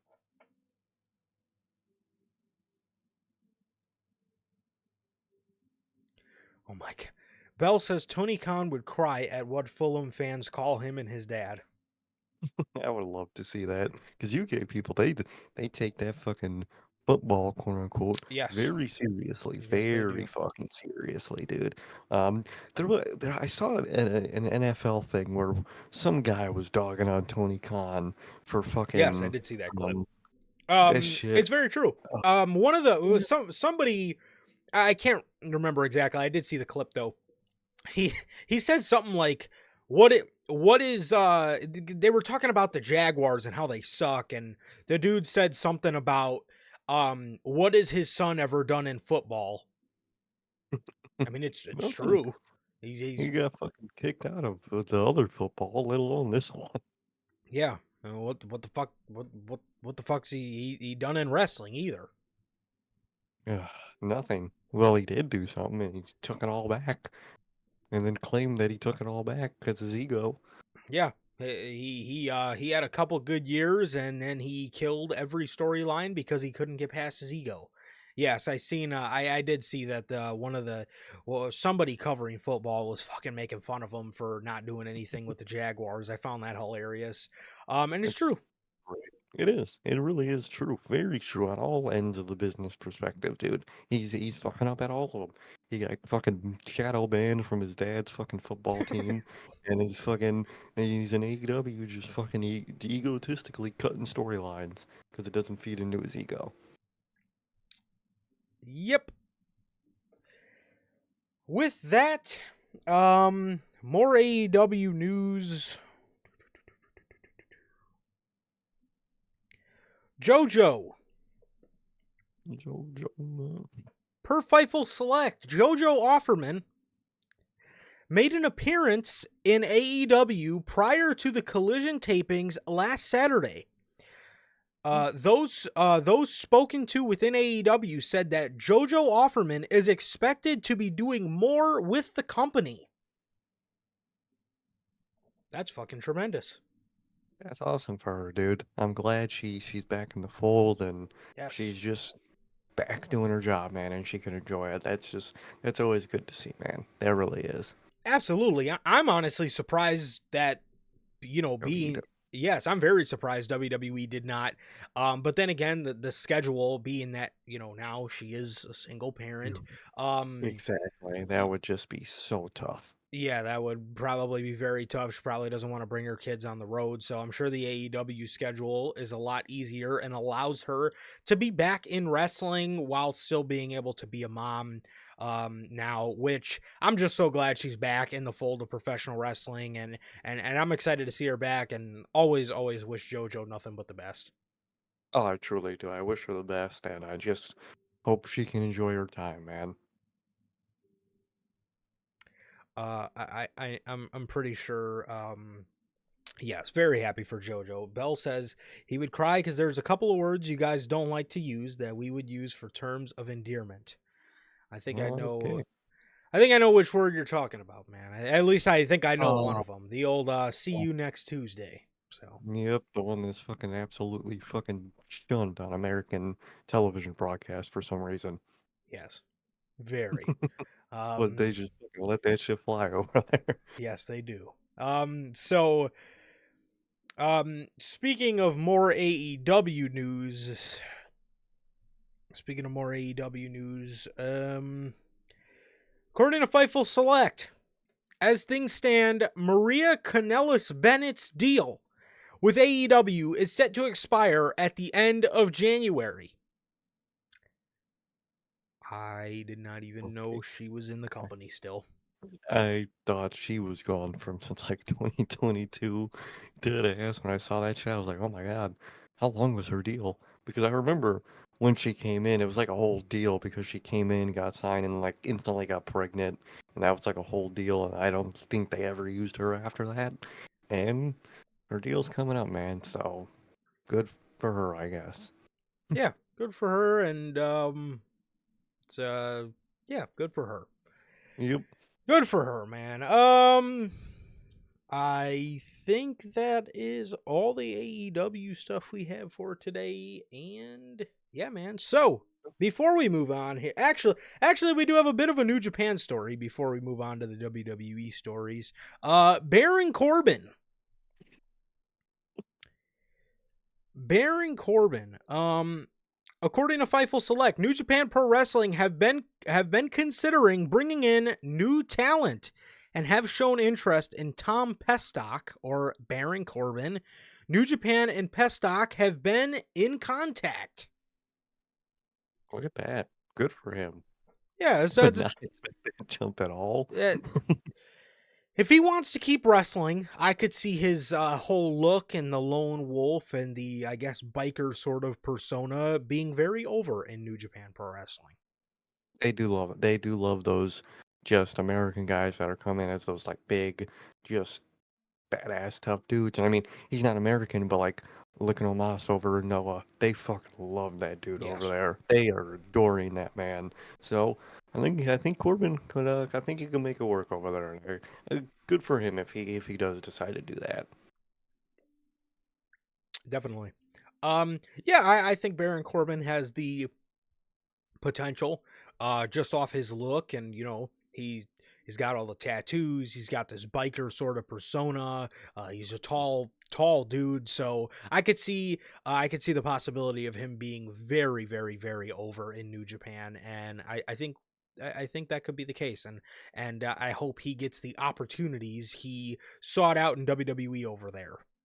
And hopefully he does. Yeah, and that now I believe is all the news for AEW. Yes, I believe so. And with all that, man, an official word from our sponsor here at NHP, W Energy, man. W Energy is a clean energy formula loaded with vitamins and nootropics formulated to improve focus without the jitters. W Energy is 0 sugar, 0 calorie, free from fillers and artificial colorings, with 150 milligrams of caffeine per serving. You can get your W Energy products today with the link below and code NHP at checkout to save yourselves 10% on your next W purchase, man. So thank you, W, for sponsoring the podcast. As always, great to be a partner of yours. And as always, shout out W. Really, always got to hear. Shout out W and drink W, guys. It really is great, man. It keeps you awake during those dynamites where, man, do you need it more than ever, man. So try out W, guys. Yes, especially after the week we just had. What an absolute Mm-hmm. torture. So Oh, grab some W to keep you awake. oh, you guys need it. Yes, Bell says Miro should have went to Japan as well. Miro is another great option to go to Japan. He really I think was. they would love He'd him be over there. phenomenal. Oh, I think he'd go crazy over there. Okay. Moving on to WWE, man. Let's get the sour stories out of the way first. According to PW Insider, WWE is reportedly considering bringing Ric Flair back to appear at the Royal Rumble. Also, from PW Insider, they are discussing bringing in former winners of the Royal Rumble match for appearances at the Royal Rumble event on Saturday, February 1st. One of which, obviously, like I said, being Ric Flair, and the other one being Hacksaw Jim Duggan, are two names that have been brought up. Does he even still like make does his like energy drink or whatever it was? Is it still advertised by AEW? No, everything I got didn't think dropped. so. Good lord! I mean, who one fucking bought that shit anyway? It was the worst looking thing ever. Probably next to his fucking those were probably the driest wings I've ever seen when he Oh, I fucking forgot about made those. Woo Wings. That shit looked like he just shot a bird and shoved it in that fucking box, dude. But I guess he might do the fucking Rumble appearance. I mean, it didn't go too well after the last old guy made an appearance, i.e. Hogan. So I don't know what they expect here with people like Hogan and Flair. People where a lot of the public really don't like these people. I don't see what you gain by bringing them in.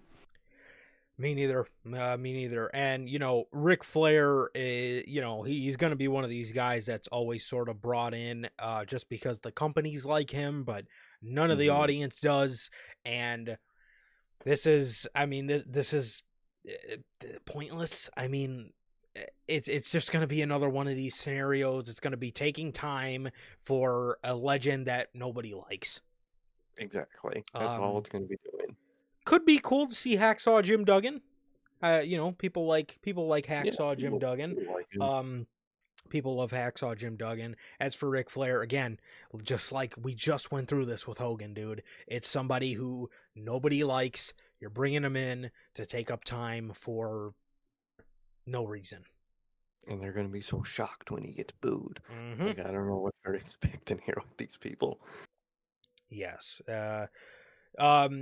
Before we get on to somebody else that nobody likes, being that we just heard from this dude on Monday, just a little bit of injury news. Braun Strowman. Yep.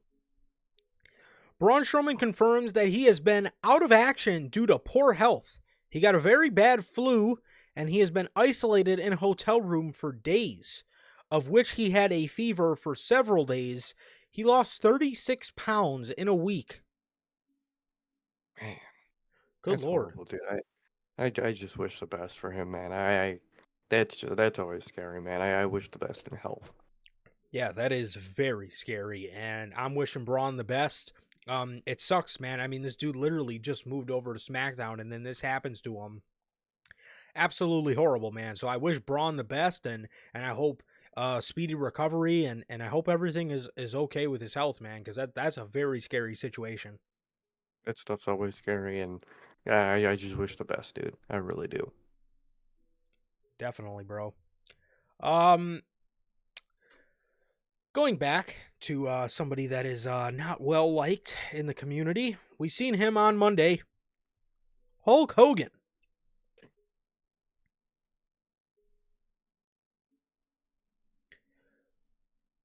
According to Fightful Select, those spoken to said that Hulk Hogan was surprised and disappointed that he got booed at the Raw on Netflix premiere, but he brushed it off backstage.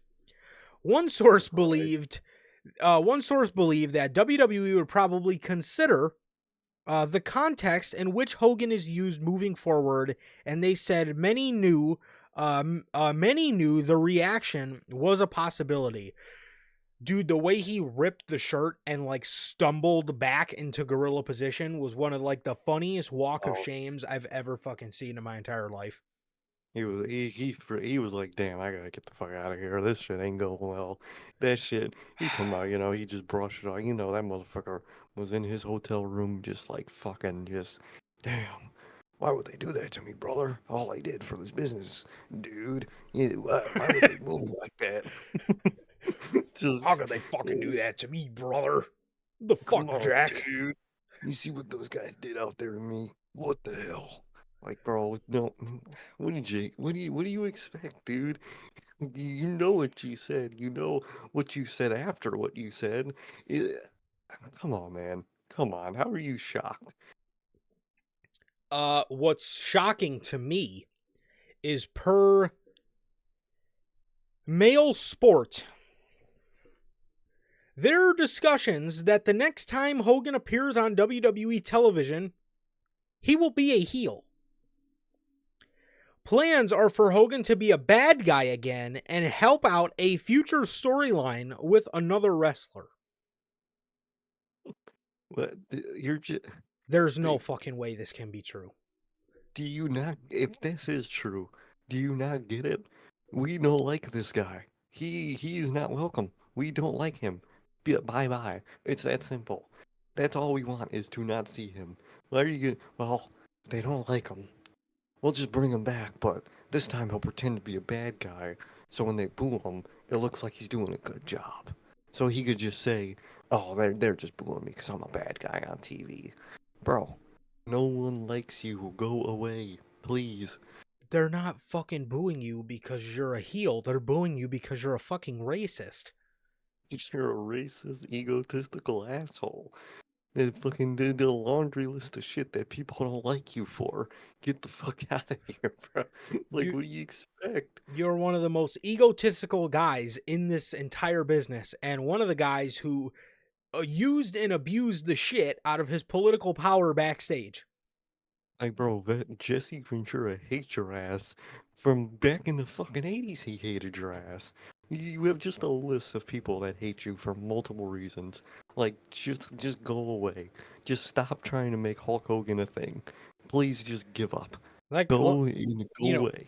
like I said, man, on Monday, I get you can't erase him from the business. He's, No, for his era, he's one of the greats. He's Hulk Hogan, but dude, his value is it's in gone. video packages. His Yeah, value is the video of him slamming Andre and doing his thing back dude. in the 80s. I'm sorry, man, but in today's world, after No, everything that went on, obviously with people not liking him because of how egotistical he is, add that on top of the fact he's fucking racist, bro.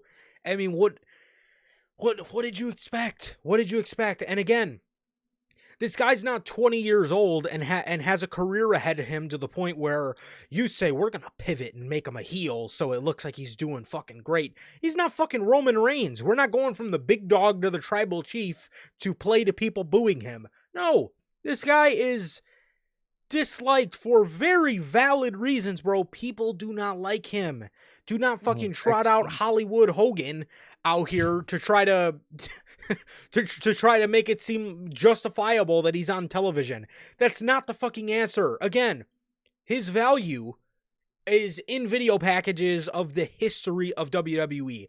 That's fine. That's all it is. The roster doesn't like him. The fans doesn't like him. It's just a why are you here type thing. Dude, that's not the solution, bro. That's just not the fucking solution. I don't understand it.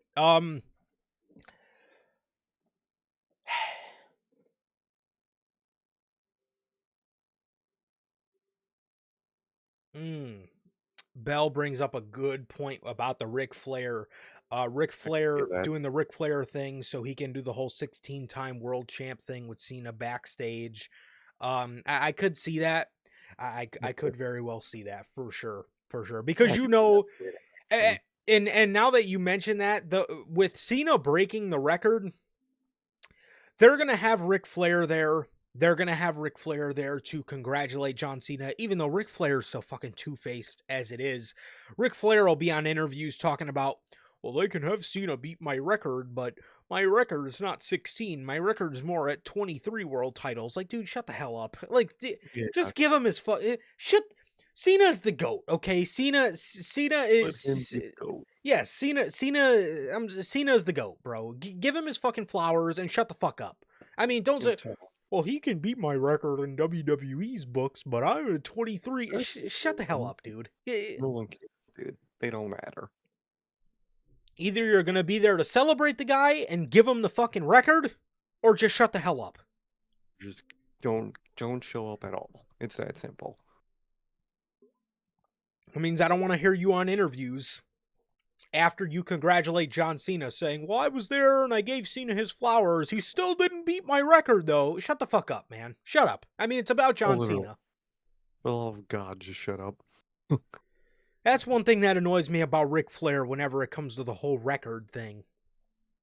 Oh, yeah. He's there and he celebrates with John Cena and they take pictures backstage and it looks like he truly respects what John Cena has done in his time. And then he goes on interview saying, well, I don't think Cena should break it. I think it should be Orton. And either way, nobody's breaking the record because it's 23. That's the record. Shut the fuck up, dude. Do you support these guys or not? Exactly. Speaking of somebody I don't support, Bill Goldberg. Fuck. Good God, Lord. Fucking damn, man. Dave Meltzer, according to the Observer, says Goldberg will be on the fourth Netflix Raw. It will be on the fourth Raw on Netflix, which comes from Atlanta on January 27th. Goldberg has agreed to do a retirement match this year with Gunther being the possible opponent. Personally, I would do Braun Breaker, but I would don't get me wrong, I would love to see Gunther slaughter him on the mic, but who's to say Goldberg doesn't want to use a little bit of his political power to beat Gunther and go out like Sting did with a victory? Then again, deep down, we all know Triple H don't like Goldberg, bro. He buried the shit out of him back in that whole Triple H reign of terror. I mean, they said Vince McMahon in that first WWE run, Vince McMahon heard, he can't wrestle over 4 minutes. Okay, you and Triple H go out there for 20. Yep. I mean, they sabotaged the shit, and I actually agree with them on that. No, that's a good thing because at the end of the day, it's sink or swim. Kurt Hurt can't wrestle 4 minutes. We're gonna keep you going past it. See what you could do. Yeah. Are you a big star as they say? Because if you're a big star as they say, then you'll go out there with Triple H and you'll do 20 minutes. And if not, then you're not cut out for this company. And boy, was he not cut out because he's the 4-minute machine. Fucking 4-pump chump. That's all he is. But dude, I don't want the match with Gunther. I don't want the retirement match. Period. But we're going to get it in some capacity this year, man. So please Let it be the most sideline shit for fucking Mania, because I'm sure that's when it's gonna be, and just get it over with, dude. Please. And good God, do not waste Gunther at WrestleMania with Goldberg. If anything, you want a match that's going to be a spectacle or whatever the case may be, I would obviously do something different. Do the Braun Breaker match. Have them spear each other for a couple minutes. Have Braun Breaker spear him into fucking oblivion a couple times and then beat him. Mm-hmm. So, yeah. Looks like Goldberg's going to be at the go-home show for the Royal Rumble. I hope that doesn't mean he's in the Royal Rumble. That would be a fucking waste of a spot if I've ever seen one. And Goldberg is Goldberg's going to be on Raw, and it looks like we're going to start his retirement match off at the end of this month, and I'm sure it'll be at Mania. So that I'm not Yeah. excited for that whatsoever. Not excited in the slightest, dude. I'm dreading it. Speaking of Monday Night Raw and Raw on Netflix, news coming out of Raw on Netflix. First, starting off with Becky Lynch. Becky Lynch was not at the Raw on Netflix premiere and was not factored into creative for the show. There are a lot of names, including Lynch, that will be featured or that will be returning to WWE in the future weeks, and the company wants to make the most out of maximizing those moments over those characters, maximize those moments and introducing those characters to the Netflix crowd, per PW Insider. How you feeling about this? Do you think they should have put her on the Raw on Netflix? And how do you feel about them wanting to maximize the moments with the Netflix crowd moving forward? I think they really should have just, again, maximized the moment and put her on the show, put Penta on that show. I think you could put a lot of names that people like to see, and new faces would very much like to see it. I think that would instantly, get them hooked. I think she's one of those people, man. But they saved her return, I guess, and I just can't wait for her to come back. It's just gonna be so fresh, when she comes back, and I can't wait for her to come back, man. But what about you? I mean, I understand they want to maximize big moments over the month of January, being that there's going to be a bunch of new viewers. It's going to be new to Netflix. Like, I wish they would have just again. I mean, I sort of understand the argument of like, oh, we need big names on the show because it's the first Raw on Netflix. But don't you think you would want moments that are going to continue over the next weeks? Because again, you bring Hogan out, you bring Taker out on the first Raw on Netflix. Okay, that's cool and all. They're not going to see them next week. If Becky Lynch comes back, she's going to be on the fucking show next week. There's going to be a continuation. Pentagon debuts. He's going to be on the show next week. There's going to be a continuation. How do you expect anybody to get hooked when there's so much one-off appearances on the show? I mean, there's Undertaker on the show. Undertaker's not on the show next week. That what? don't you And don't you think if you would have showed a Braun Breaker or a Pentagon or a Becky Lynch, Mhm. people would have been like, "Oh, this act is really cool. Are they here next week? Oh, they're here every week. Oh, okay, I'm Oh, going to watch next week to see what I'll they try. do." Exactly. It's that simple. That's what you should have been doing during that episode. And I mean, I get it, dude. I do from a company standpoint of wanting big names, but it got to a point where it was too much. And It you're was like, almost not featuring Breakers and Penta, Becky, even as somebody like LA Knight or, people like that, man. So I don't know. I just would have liked story, a little more story on the show to just hook people into, I want to see how this develops going into WrestleMania. I'm going to watch Mania season. And then they get hooked. And now they're just fans in general. So yeah. hmm exactly. That's how it really should have went. So yeah, that is the news on Becky Lynch. And Also, with Becky, she has agreed to a new contract with WWE. So she is signed. I think we all knew that when they were promoting her for the Oh, Raw on Netflix. And I yeah. don't, man, When it's Rebecca Quinn, all elite, man. Damn it. she didn't end up going to AEW, man. I know a lot of the AEW fans were probably seething at Oh, that, but they had to cope. they did have to cope. Which Cope Ugh. himself couldn't cope with the fact that he was on an honorable mention for worst booking decision of the year. Gotta block people, man. He just couldn't cope. He couldn't cope Good with lord. it. No, he could not. Little loser. Speaking of the Raw on Netflix, per PW Insider, there were a lot of people internally within WWE impressed with the level of pop Tiffany Stratton received while being shown in the crowd at the Raw on Netflix premiere on Monday. This is great and all, but did you guys But miss something at Elimination Chamber earlier last year where she was the yeah, most over fucking person that whole night other than Rhea yeah, Ripley? we're real shocked that she's really over, man. I mean, she's been Miss Money in the Bank and just won the women's world title, but man, fuck, we're shocked she's over. I would hope she got a pop, and she's the new fucking champion. What are you guys talking about? Do you not watch your own show? She gets fucking pops every week. I don't know what we're Like, shocked about. But regardless, I mean, I'm happy that they're happy with her being the face of the division. I just hope they don't throw it all away to Charlotte because Tiffany is a like, stud. she is, and please, like you said, don't throw it all away for fucking Charlotte. Yes, you can have Charlotte be the Mania match. Tiffany needs to win that Mania match. Will she?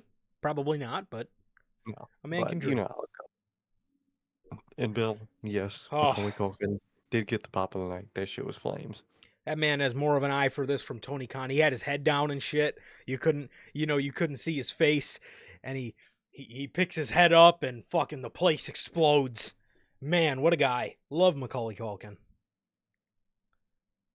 Goated. Man's been going to fucking wrestling shows since he was, I don't know, probably like Yeah, since he was fucking filming Home Alone. he was. I think there was. I think that I saw a story that during the filming of Home Alone he couldn't watch because he was too busy, filming the movie. So he would like call in to get the results to like the pay-per-views and whatnot. Like crazy. Forever Mark. Forever goated. Canned his WrestleMania tickets when fucking Goldberg buried the Fiend. Goated. Go to the guy right there. Always be in my good graces as Macaulay Culkin. What a guy. Truly, he will always be. I love how he did that too. Like, he had his head down and he fucking picked his head up and the fucking place the fucking roof came off the place for him. Everybody loves Macaulay Culkin, bro. Mm-hmm. So, speaking of Charlotte Flair and speaking of somebody we just talked about, Becky Lynch, according to WrestleVotes on the Backstage Pass, Becky Lynch and Charlotte Flair's names are now officially appearing on the current internal active WWE roster once again. As of this week, Lynch is set to return to the Raw brand, whilst Flair is set to return on the SmackDown brand. I think this is something that comes as a shock to absolutely nobody. Andrade is on SmackDown and Seth Rollins is on Raw. Where did we think they were going? I mean, come on, man. When the music's gonna hit. No, sorry. Say that one more time. Oh shit! God damn it! Of course. We all knew it. We all knew it. That it was literally on the cusp. I mean, Becky's probably should have happened already, but we just talked about that. But we all knew it's coming. It's just a matter of when the music hits. It's gonna be very soon. Yep. Speaking of somebody that could be coming back very soon, Alexa Bliss. According to Russell Votes on the Backstage Pass, Alexa Bliss will be making her return to WWE programming shortly. Over the course of the last 2 weeks, creative was integrated with her name into future plans, while new merchandising for her has been greenlit. Look at Look, that. look at that. Can you believe Alexa Bliss didn't return and they promoted the same fucking shirt they were promoting 2 years ago for her? They just Wow. recolor a shirt and fucking release it. Look at that. They're actually preparing merch before someone debuts. No fucking way. Oh, you know what? And I'm sure the shirt won't be available for a fucking hour. Dude, AEW does that all the time. They'll drop a hard ass shirt, and in the tweet it'll say, "Yeah, this is gonna be available for 1 hour come Friday. Available Ships for in 1 hour. What they if like they AEW does not take into consideration that people may work? people work, people have children, none of it. No consideration from their fan base. If you're not a No. fucking fat loser that's on Come fucking AEW socials 24/7, you're not a true AEW fan because you didn't get the shirt on. in an hour. Good lord, fucking Tony Khan. What an absolute joke. More news in the women's division of WWE. According to PW Insider, Jade Cargill was at the Performance Center uh, 4 days ago on January the 6th. And she will be for a few more days out of the week working in the ring. While there has been an attempt to claim that Cargill is legitimately injured, that is not the case, and she has been vacationing internationally and working on entertainment projects outside of WWE. Mm. Look at Oh, that. okay. They don't did they have Jade Cargill show up 4 weeks or sorry, 8 weeks in a row and cut vignettes whilst being a part of a storyline? No. They creatively found a way to get turn a Well, negative into a positive. yeah, she's got to go off somewhere. Well, we'll have her, write her off TV for the time being. Simple as that. She'll Wow. be done. She'll come back. She'll be on television in person, not at home filming vignettes for 6 godforsaken week. Wow. Jade Cargill will be back soon, and I'm sure we're going to see her whole storyline with Bianca Belair pick Yep. up very soon. As for Alexa Bliss, I'm excited to see her back, and I'm excited to see what she does. As long as she don't come back with that fucking god awful theme song, give her that. What was her CFO song called? The um her OG theme song when she Yeah. when she first got called up to the main roster. Give her that back, please. That Oh, song is a fire. banger. That went crazy. Whatever it is, stand up, shut up, dude. Oh god, Oh my please do God. not have that fucking song come back. That was Yes, ugh, stand up. Shut That shit was so bad, dude. Oh, good god. lord. But she's coming back. I feel like it's gonna be, why it's six related. I really feel like she's gonna come into that fold of that group. That's just the vibe I get from her Mhm. and everything they're doing. But good for her, and I can't wait to see her back, man. It's been so long. Yeah, and if she doesn't come back doing that, I feel sooner rather than later she's She'll gonna be get sucked into involved in that that. universe. Yeah, I think no matter what, she's gonna eventually be in that group and be involved. And not only does she have a history with Bray, she has history with Nikki Cross, who just so happens Hmm. to be in the group In playing that Sister group. Abigail. So, Exactly. So it's very interesting to see how they're going to do all of that. yes. Speaking of something that's actually not returning, tribute to the troops. There are no plans to continue with the tribute to the troops special. Mm. JBL originally pitched the idea to Vince McMahon, and the tradition continued, but it effectively has come to an end after 21 years. Damn. Fuck. Um, I mean, this is something honestly that does kind of suck to see go away. It was always I would honestly really like for WWE to do tribute to the troops, similar to how they do Saturday night's main event.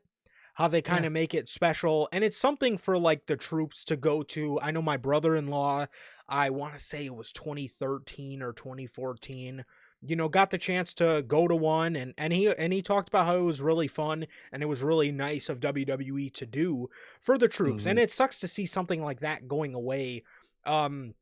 Especially like I said, when Saturday night's main event is Saturday night's main event is something special that they do, on primetime television. And I would have liked for WWE to continue Tribute to the Troops and do it. I know just a couple years ago, I think in 2018, they did one on like an aircraft carrier. Yeah, that was super cool. I would have loved for them. I don't agree with fucking Vince sending the dudes to Iraq in the while fucking bombs are going off in the fucking background. I don't agree with that. But as long as you do it in a safe environment where, the troops can be safe and the wrestlers and everybody can be safe and it's on a cool environment. I I, It's I cool to always see. I always loved, WWE doing that for the troops and just a way to say thank you. I thought that was very nice, and it sucks to see it go away. It does. It really does. It really sucks to see like just a genuine charity good show go away, man. I don't know why they would do that. I think it's nothing but good publicity to do that and just good just acts to do that, man. So I don't know why. It's just unfortunate. It was always a cool show to see. You'd have all the military equipment everywhere, and everyone would be in their uniform in the crowd. And it was just a cool, unique look, man. And I really wish they wouldn't can the show. 100%. Yeah, like I said, it's just one of those like, even though nobody watched the show maybe, or nobody watched the show, it wasn't at the top of everybody's bucket list. At least it was something nice for the troops, just to Mhm. enjoy. So, Exactly. yeah, I mean, that type of show shouldn't be about. I don't know why they canceled it. I don't know if it was about TV ratings or the show wasn't watched enough, but it shouldn't be about that. It should be No, about just charity event. exactly just getting the troops all together to watch a wrestling show. So, um, Exactly. it was very nice, but it sucks to see it go away. It really does. Um, More Raw on Netflix type stuff. WWE VP and line producer Brian Fedem Mhm. did an interview with Sports Business Journal where he confirmed that international audiences watching WWE on Netflix will not have any commercial breaks. Thanks. Thanks, asshole. What about what is? I understand that now. Fucking seeing Twitter and their reactions, I see that now. Can you explain why they have it and we have them and they don't? I would just like an explanation at least. Good Definitely. lord. So he says, while you might go to commercials if you're in Texas, if you're in Italy, you're going to see us continue content, said Fedem. You're going to see the continuation of a match. You're going to see exclusive interviews with our talent. You might see an exclusive package that will only be viewed on that international level. I mean, no shade to the international people, but America's your main fucking audience. Why Yeah. why And would we, and I'm not saying you should keep it from them and choose us over. Why don't you just let everybody fucking see it? or like I get, TV deals work in different places, or obviously Netflix deals will work in different places. So, maybe one side does have to add ads and the other does. But why are you showing like exclusive, like segments essentially off screen for many of your fans? That's the part that's fucking tripping me up. There was that Raw on Netflix. There was New Day stuff that we missed. There was genuine story backstage stuff that we just straight up didn't see. And that's just crazy to me. Like, and you shouldn't have to fucking do that. You shouldn't have to fucking get a VPN to watch the whole show, essentially. It's about ease of access. That's what WWE always had over AEW is ease of access. Yeah. I click a few buttons, watch the show. I don't want to have to click a bunch of buttons to click on a VPN, connect it to Max, fucking put Max to set in the UK and whatever. And no, I just want to watch the show and get all of the show that I'm watching. Yeah. That's crazy work. It is. It is. And I will say, too, the commercial breaks on Monday were at least slimmer than they They were were. because those ones on USA were fucking Were 5, 6 insane. minutes long. But Mhm. they were slimmer, but I mean, like, dude, you're giving like decent parts to the show, like New Day stuff where they're out heckling the crowd, Final Testament and Wyatt Six teases, all this type Yeah. of shit, and we can't fucking see it. What the fuck? So annoying. It's just like, dude, like I just want to see this stuff, bro. I just want to see this stuff that's being hidden from us. Um, I don't get it. I don't get it, man. I don't like it. I don't like it. Give it to everybody. No. If you're gonna give it to one, if you're gonna give it to one part of the world, give it to everybody. Oh yeah, exactly. It's that simple. Well, like the teacher used to say, if you don't got it for all, you can't eat it because that's just how it works. Bell, I would put your user in timeout, and I would strip you of your managerial NHP, what is it, community outreach position. But I know she wears the badge with pride. I know She she does, does. so we can't. And she does love being the spokesperson for the fan vote and Mm-hmm. hearing all the complaints from the people. Yep. So I would, but hey, I know you take pride in your job. However, Exactly. two guys that also take pride in their job, CM Punk and Seth Rollins. Oh yeah. According to Busted Open Radio, CM Punk and Seth Rollins have very, very real animosity towards one another, claims Bully Ray. Bully says, the word that I've got from a very, very, very trusted friend and confidant within WWE was these two guys, although maintaining the utmost of professionalism, still do not like each other to this day. Seth Rollins does not like Punk at all. Punk can't stand what Rollins has turned into. There is very, very real animosity. Look at that. And look at that. They work together and produce some of Wow. the best, most interesting television on the show that makes WWE a lot of money. Look at that. Is that such a hard job to do? I mean, that's what everybody else does. You go to work with people you can't fucking stand, and you go to work. It's that fucking simple. That is insane. I seen Seth Rollins was talking about some of his wrestling best friends, and Cody Rhodes was on there. Could you believe that? Those two fucking hated each other a couple years ago. I think Cody said Oh, they almost fought each other in Gorilla before. that was great. I want to see genuine angry Cody. I would love to see that. I would pay money to see genuinely angry Cody about to fight somebody. But look at that. Working with Rollins someone you don't like. Rollins and Punk did something, and this would have happened sooner. This would Yeah. have happened when Punk wasn't even a year into the company. Had both guys or Punk not get injured to miss WrestleMania 40. Mhm. Had Punk would have stayed healthy, he would have fought Rollins not even a year. One of the first programs, even before the Drew McIntyre stuff got even started, Punk would He was have fought Rollins at WrestleMania and probably beat him. And Rollins and him probably would have. And look, there were times in the match where it did look like a shoot, but they remained Mhm. professional.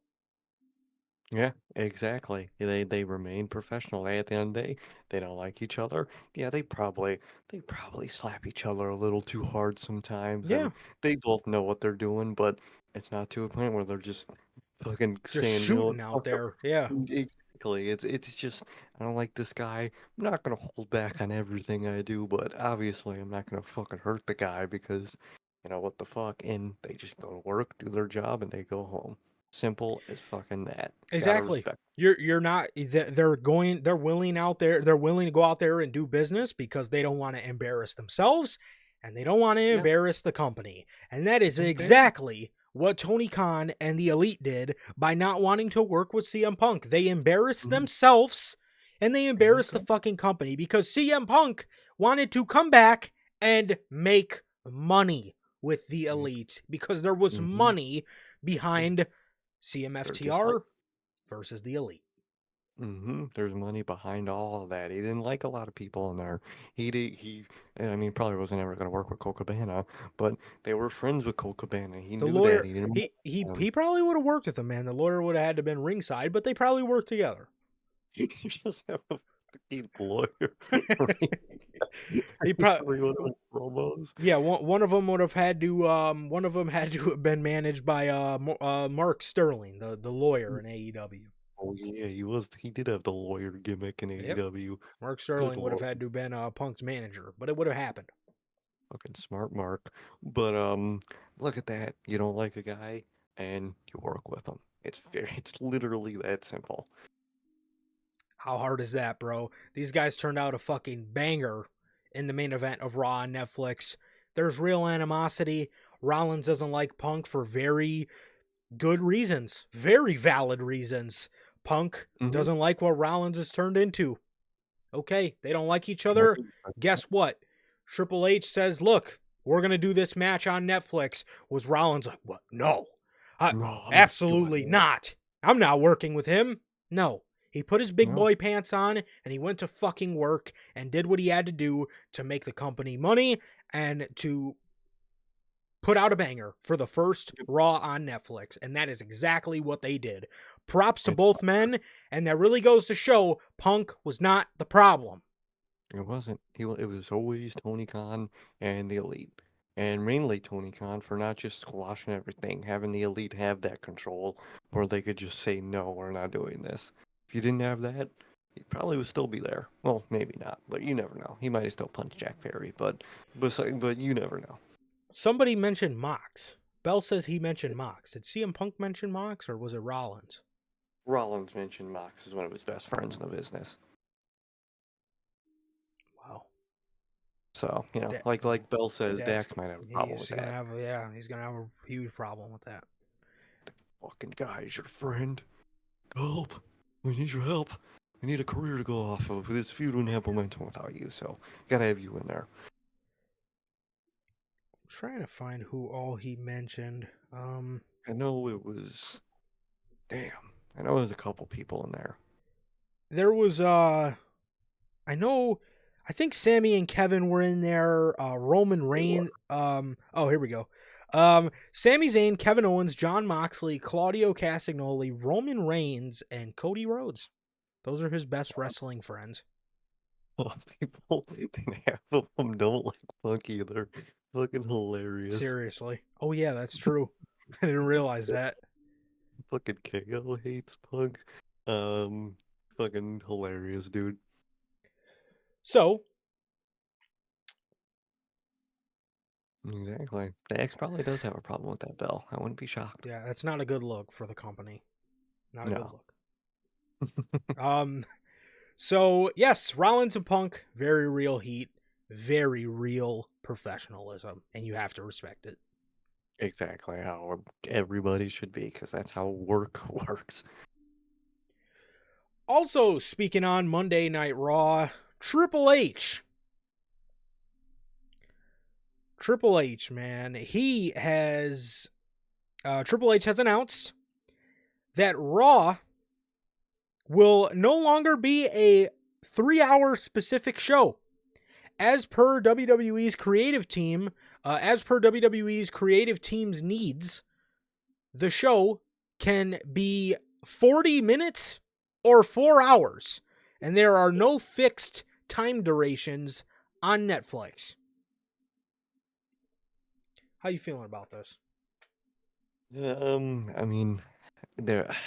Listen, I get what he means, and I get he's kind of just exaggerating. Yeah. Oh, it could be 40 minutes for it's not ever gonna be 40 minutes.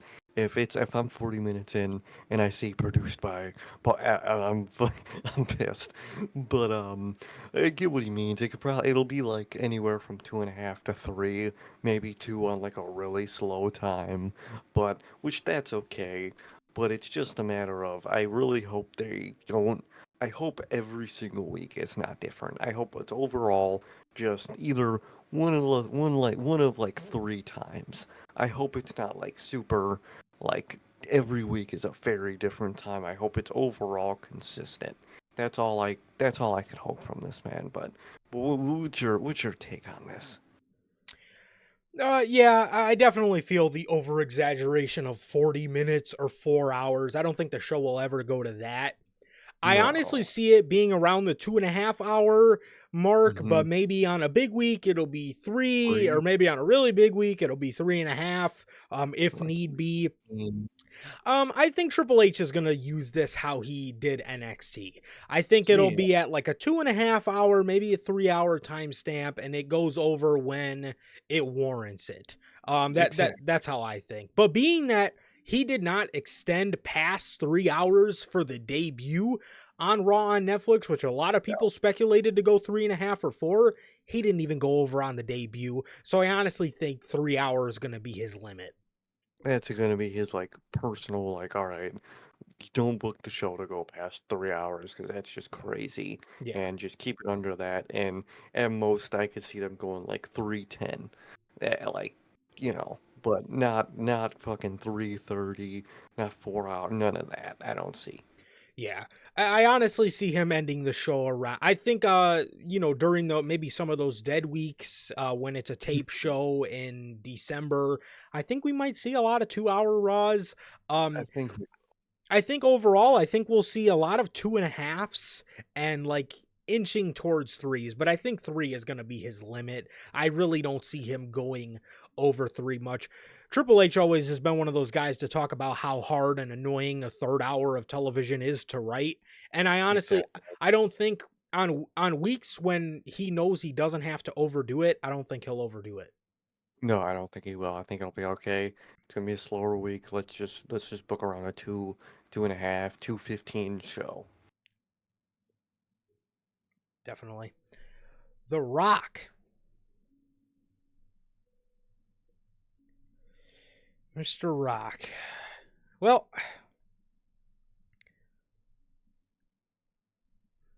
according to WrestleVotes, some people within WWE still expect The Rock to be at WrestleMania 41 in April, but it is likely he will not be competing in a match. The situation is touch and go until a final decision is made, which likely has not happened yet.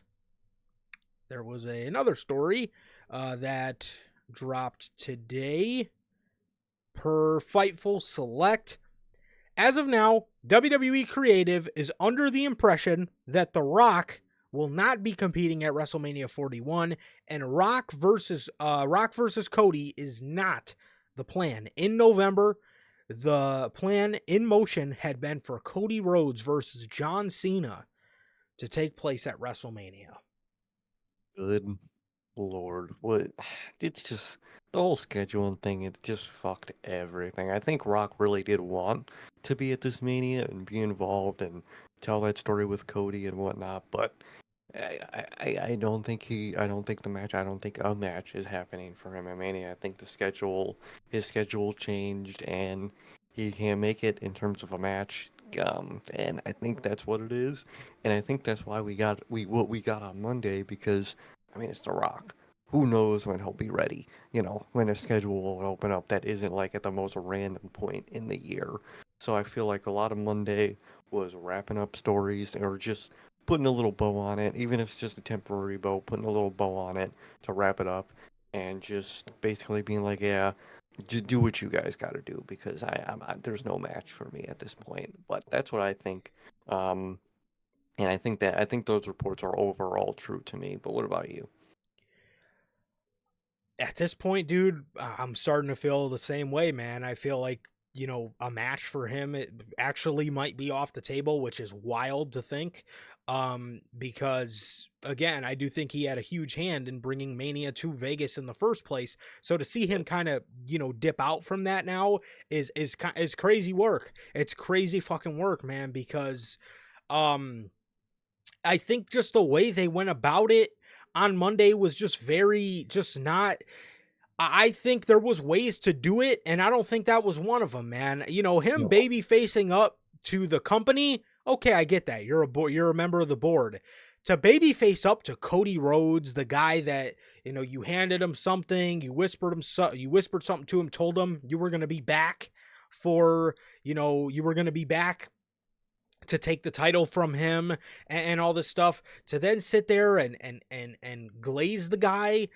It just felt like such a weird bump in the road. And the next night he comes out and he says, he's 20 steps ahead. And it's just like, what exactly, how many steps ahead are you exactly, man? Are you steps ahead, or are you steps ahead in this situation, or are you just, baby facing it up because you know, knew you weren't going to make WrestleMania? No, So literally. it's very tricky. It's very, very tricky to see, man. And like I said, are you at a point where you're baby facing it up to, you know, be 20 steps ahead, or are you doing it because you're not going to be at WrestleMania and you just are like, oh, fuck it. But oh, fuck it is not the way to go about it, bro. If anything, on the way to, leave through the crowd, or on the way to go back and see your daughters, if you would have had a little stare down with Cody Rhodes, that would have been something, if anything, to just sort of keep the storyline going, and just keep ahead with,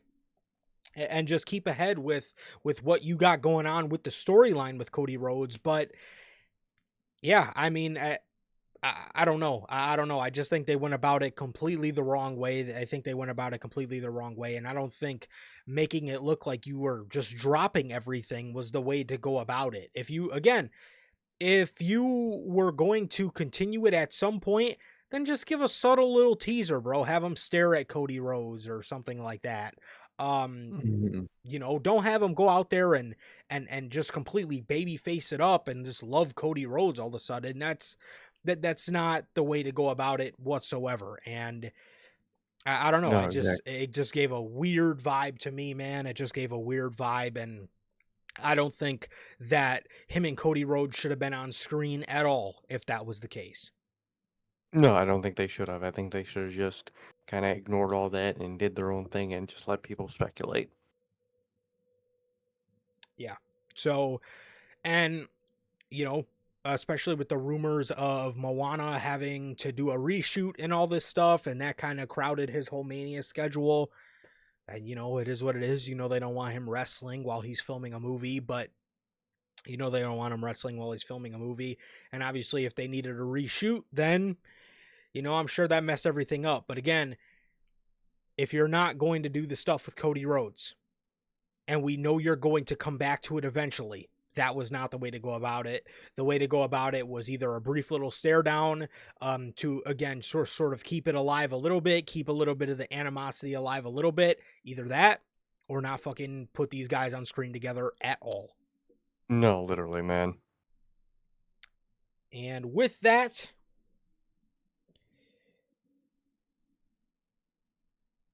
the last piece of news before we get on, before we talk about the 2026 Royal Rumble, Gunther, according to PWInsider.com, there have been creative pitches within WWE for Gunther versus Logan Paul to happen at WrestleMania. As of right now, nothing is set in stone, but the idea has been pushed internally within creative circles. I don't Cody know what they're. Oh, go ahead. Cody Rhodes versus John Cena has also been mentioned for the other world title match at WrestleMania. I don't know what they're upset with. Dude, you have Logan Paul, and the only ideas are spots he does not belong in. I don't get it. You're not lying, bro. You are not lying. Put Logan Paul against, I don't know at this point, dude. Put him against, I think, maybe a Braun Breaker match would be cool for Logan Paul. Maybe a match against, Somebody, dude. You got a whole mid card area you could put him in. mhm. And they choose the world, and an idea, a pitch is the world title. World title, Cena. It's like, dude, it's not the time for any of this with him.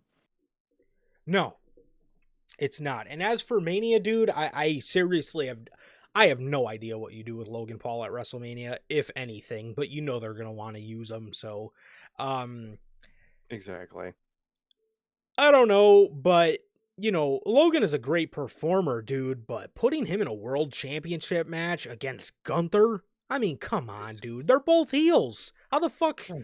I mean, now again, It wouldn't work. Gunther would probably hate everything Logan Paul stands for, so I guess it would sort of work in that regard, but like, dude, who the hell wants to see that? Not a Mania, bro. That's a No. fucking that's a backlash match or some Yeah. shit. That's a match you do at the Saudi show. No, exactly. So yeah, I mean, I don't. That creative plan to me just sounds completely fucking horrendous. To be honest with you, man, that sounds nobody. No, again, like I said, I don't even know what you do with Logan Paul at WrestleMania. And at this point, man, I don't even really know what you do with Gunther at Mania if you're gonna do Cody and Cena. Because one of my ideas for Gunther was Gunther and Cena, but since they're doing Cody Cena, I really don't know what you do with Gunther at WrestleMania. Obviously, moving with the idea that I am hoping it's not Goldberg, but Logan Paul is not the solution. Logan Paul is not the solution. And like Sir K said, man, I do not really see the best course of action here.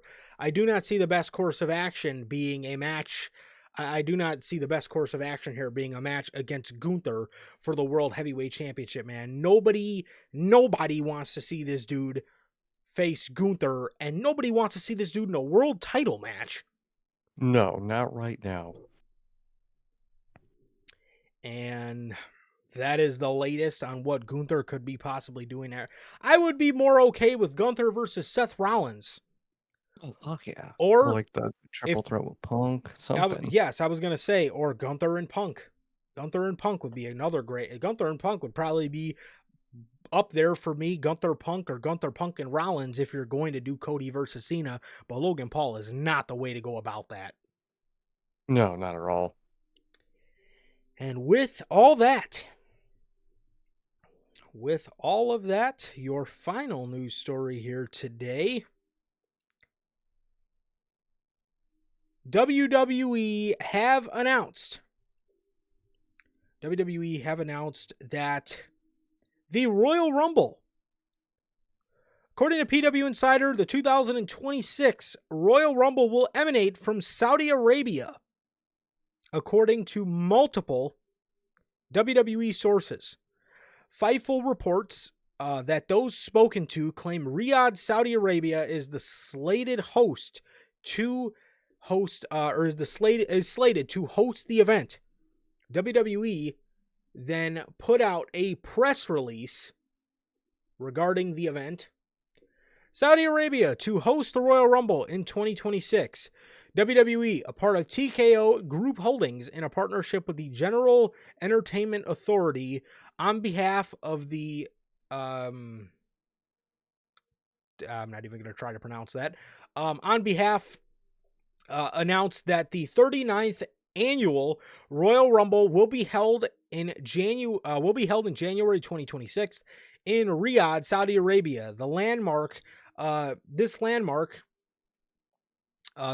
event marks the first Royal Rumble that will be hosted outside of North America. Royal Rumble is an annual WWE PLE that includes a men's and women's Royal Rumble match, with the winners eliminating all opponents and securing a championship opportunity at WrestleMania. In a statement,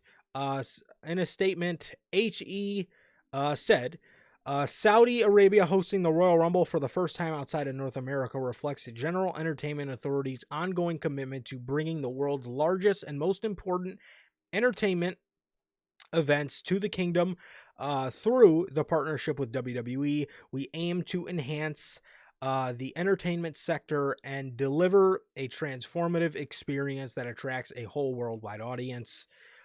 He added, "We are excited to see this historic event as a part of Riyadh season's activities, and looks forward to providing an exceptional experience for wrestling fans from around the world, whom we welcome to all events hosted in Saudi Arabia." WWE's WWE's global enterprise, and it only makes sense to expand our relationship with the Kingdom by bringing one of our biggest events annually to Riyadh in January of 2026," said Nick Khan, the WWE president. The announcement of Royal Rumble being held in Riyadh marks a continued expansion to the successful partnership between WWE and the Kingdom of Saudi, which has already seen record-breaking events including Crown Jewel, Elimination Chamber, King and Queen of the Ring, Night of Champions, SmackDown, and Monday Night Raw. So here's the official press release that WWE put out regarding the Royal Rumble being in Saudi Arabia in 2026, man, in Riyadh specifically. What are your thoughts about WWE bringing the Royal Rumble outside of North America for the first time ever? Outside of North America would be a good thing. It's a dream thing, but Mm-hmm. Saudi's not a good spot, dude. I think it's a. I knew we knew all knew it was coming one day, but it's just not a good spot to host one of these. I mean, there's going to be so many people that are going to have to miss the show.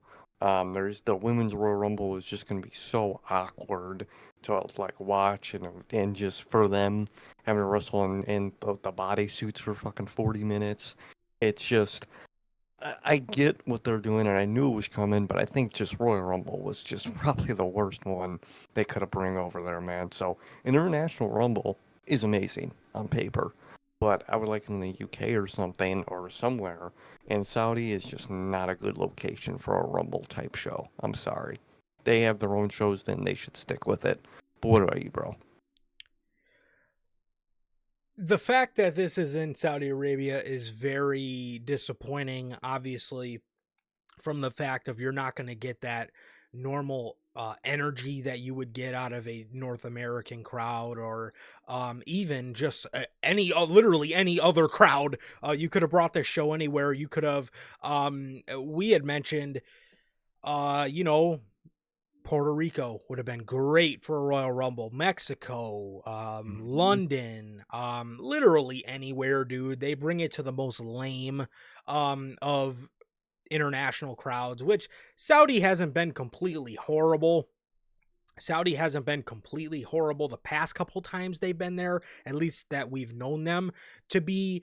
But still, they're not by any means the best crowd of any weekend. But that does suck. I mean, like you said, it's cool to see the Royal Rumble outside of North America, but we all knew it was coming, and of course they choose Saudi Arabia, man. So that is a bit of a lame choice. And I'm seeing all the tweets of the fucking Power Rangers. People are saying this is going to be the Women's Rumble, and I seen a video I seen a GIF. I retweeted it. It was of Darby Allin doing that spot through the Yeah. glass at Revolution with the caption, "This is gonna be Punk on the go home show to the Rumble of 2026." People like Punk are gonna have to miss the show. So Mhm. maybe Punk's a world champion by then. You know, not a lot of times do the world champions necessarily make those shows. So uh, maybe that's a case of getting him out of there. But if you have any sort of plans revolving a world championship, you better hope you do it at Elimination Chamber next year with Punk, because he obviously can't. Won't be participating in that, and that does suck because he's one of their biggest stars. But yeah, it does suck for certain people, man. But nonetheless, they're doing it. We all knew it was coming Mhm. anyway, and I hope it's the first, or I hope it's the only time for a while we see a big four pay-per-view brought to Saudi Arabia, because it does kind of suck, man. It does. It's very unfortunate, but I think the crowd will overall be fine. It's not really it's just the people that can't make the show in the women's rumble. It's just you really just pick the worst one. Definitely, definitely, man. So that is pretty much everything here today for the news. And oh yeah, oh god, that's true. The Saudi, that one year, I want to say that was 2023. They were more energetic than the Double or Nothing crowd. So they, They were. good god, was that sad to fucking see. Oh, so God, sad. that was horrible. But nonetheless, man, that is going to do it for this edition of the Notorious Heels podcast. This has been episode 248 of the news. Thank you guys so very much for joining us here today on this episode of the news. It has been always a pleasure for my Johnny. That's Sir K. And that is going to do it for this edition of the Notorious Heels podcast. Thank you guys so very much for joining us. Whether you were here live or part of the replay, Bell and my guys are part of the Replay Mafia, JT and JB. Thank you guys so very much for joining us. Thank you guys. We love you guys. Please like, comment, and subscribe. And we will see you all on Monday with NHP Unscripted. Peace.